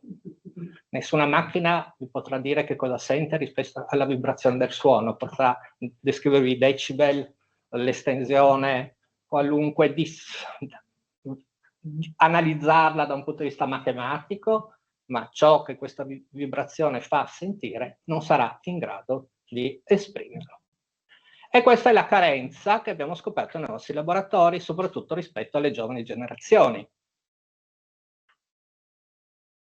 Persone, cioè, è una battuta, sono ironico, faccio sempre queste battute, che non hanno mai visto una biblioteca, non sanno come un testo, un libro che si può toccare, sfogliare.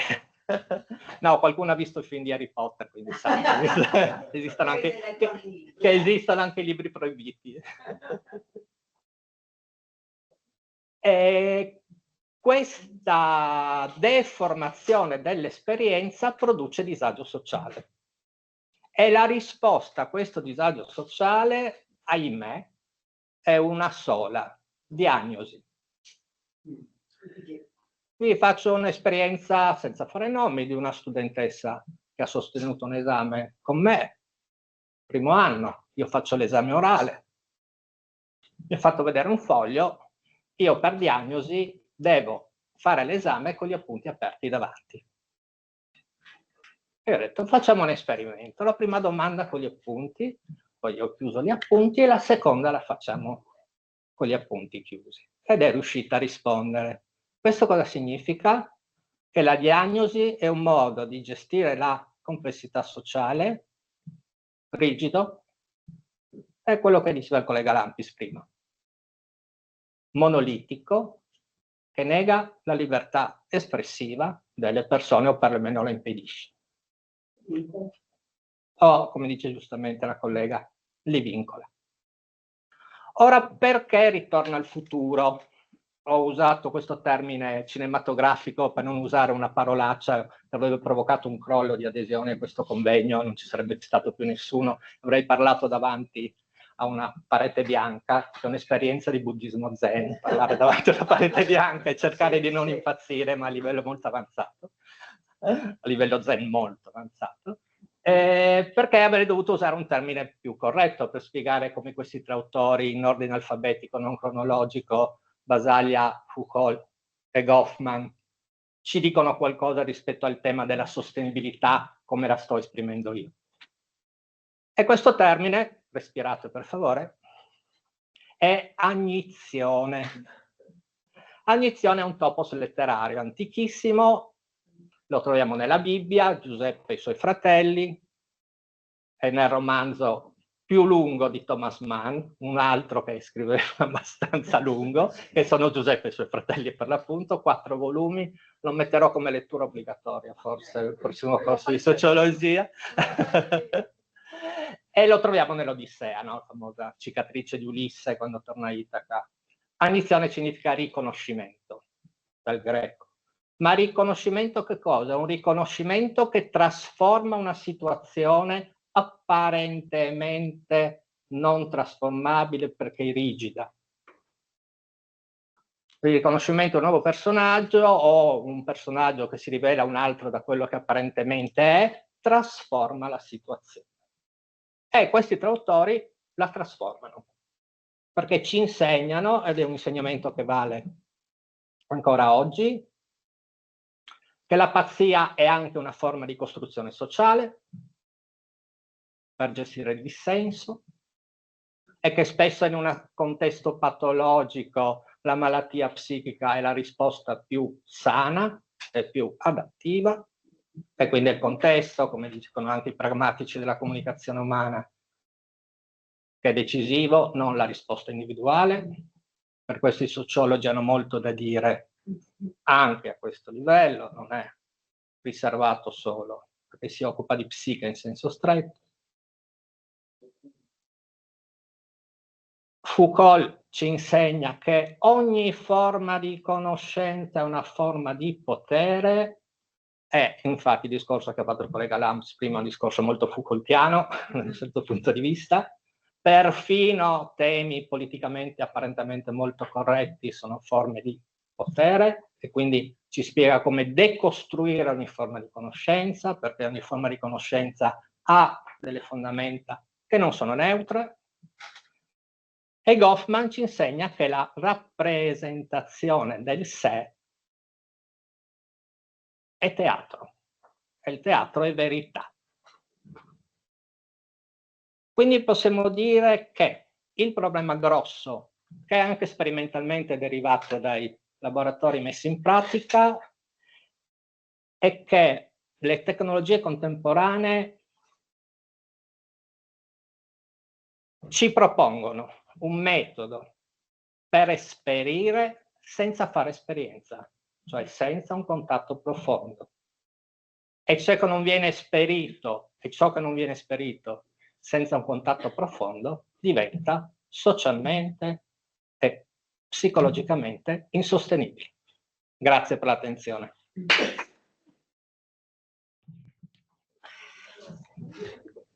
Le studentesse che devono presentare i loro progetti, vorrei che fossero un attimo qua, perché la telecamera sta qui e vorrei che vi vedessero, perché parlo di voi. Io in questo momento prendo 5 minuti 5, perché i veri attori di questa sezione della conferenza non siamo noi docenti, sono gli studenti del corso in relazioni pubbliche dell'Università di Udine.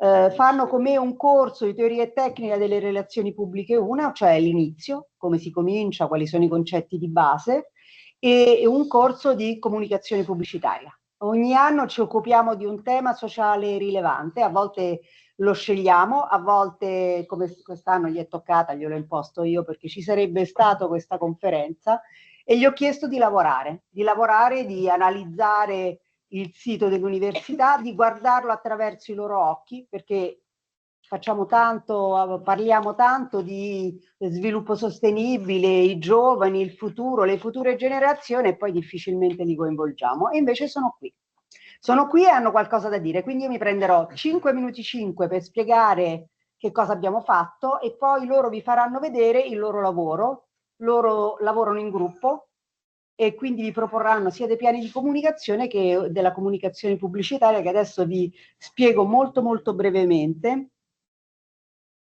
Faccio? Sì. Allora, qual è l'idea? Abbiamo questo progetto di ricerca. Voi sapete che la comunicazione pubblicitaria inizia sempre con una fase di ricerca, questo anche i piani di comunicazione. Questo perché, soprattutto nel caso della comunicazione pubblicitaria, il problema è non attivare la dissonanza cognitiva. Che vuol dire? Se voi non state in linea col sistema di valori e di ideali del vostro pubblico di riferimento, quello che fa il pubblico è non vi si fila. Se insistete, si scorda che cosa gli avete detto, e se insistete ancora cambia l'informazione che gli avete dato, quindi non c'è soluzione. Esistono delle tecniche di Natural Language Processing che noi abbiamo utilizzato per profilare diciamo, se volete, i sistemi di decodifica dell'esperienza da parte degli attori sociali. Quindi volevamo sapere sostanzialmente il nostro pubblico che cosa pensava rispetto alla sostenibilità, e abbiamo raccolto circa 120 interviste, metà maschi, metà femmine, di studenti universitari di questa, diciamo, di questa sede, per capire che cosa loro pensavano della sostenibilità. Un aspetto interessante di questa faccenda è che se siamo partiti dicendo sì, certo, sappiamo tutto della sostenibilità, quando ci siamo messi a discutere che cosa fosse la sostenibilità è diventata tutta un'altra faccenda. È difficile, non è facile, di fatto al mondo ad oggi non esiste un'unica, diciamo, definizione globalmente condivisa.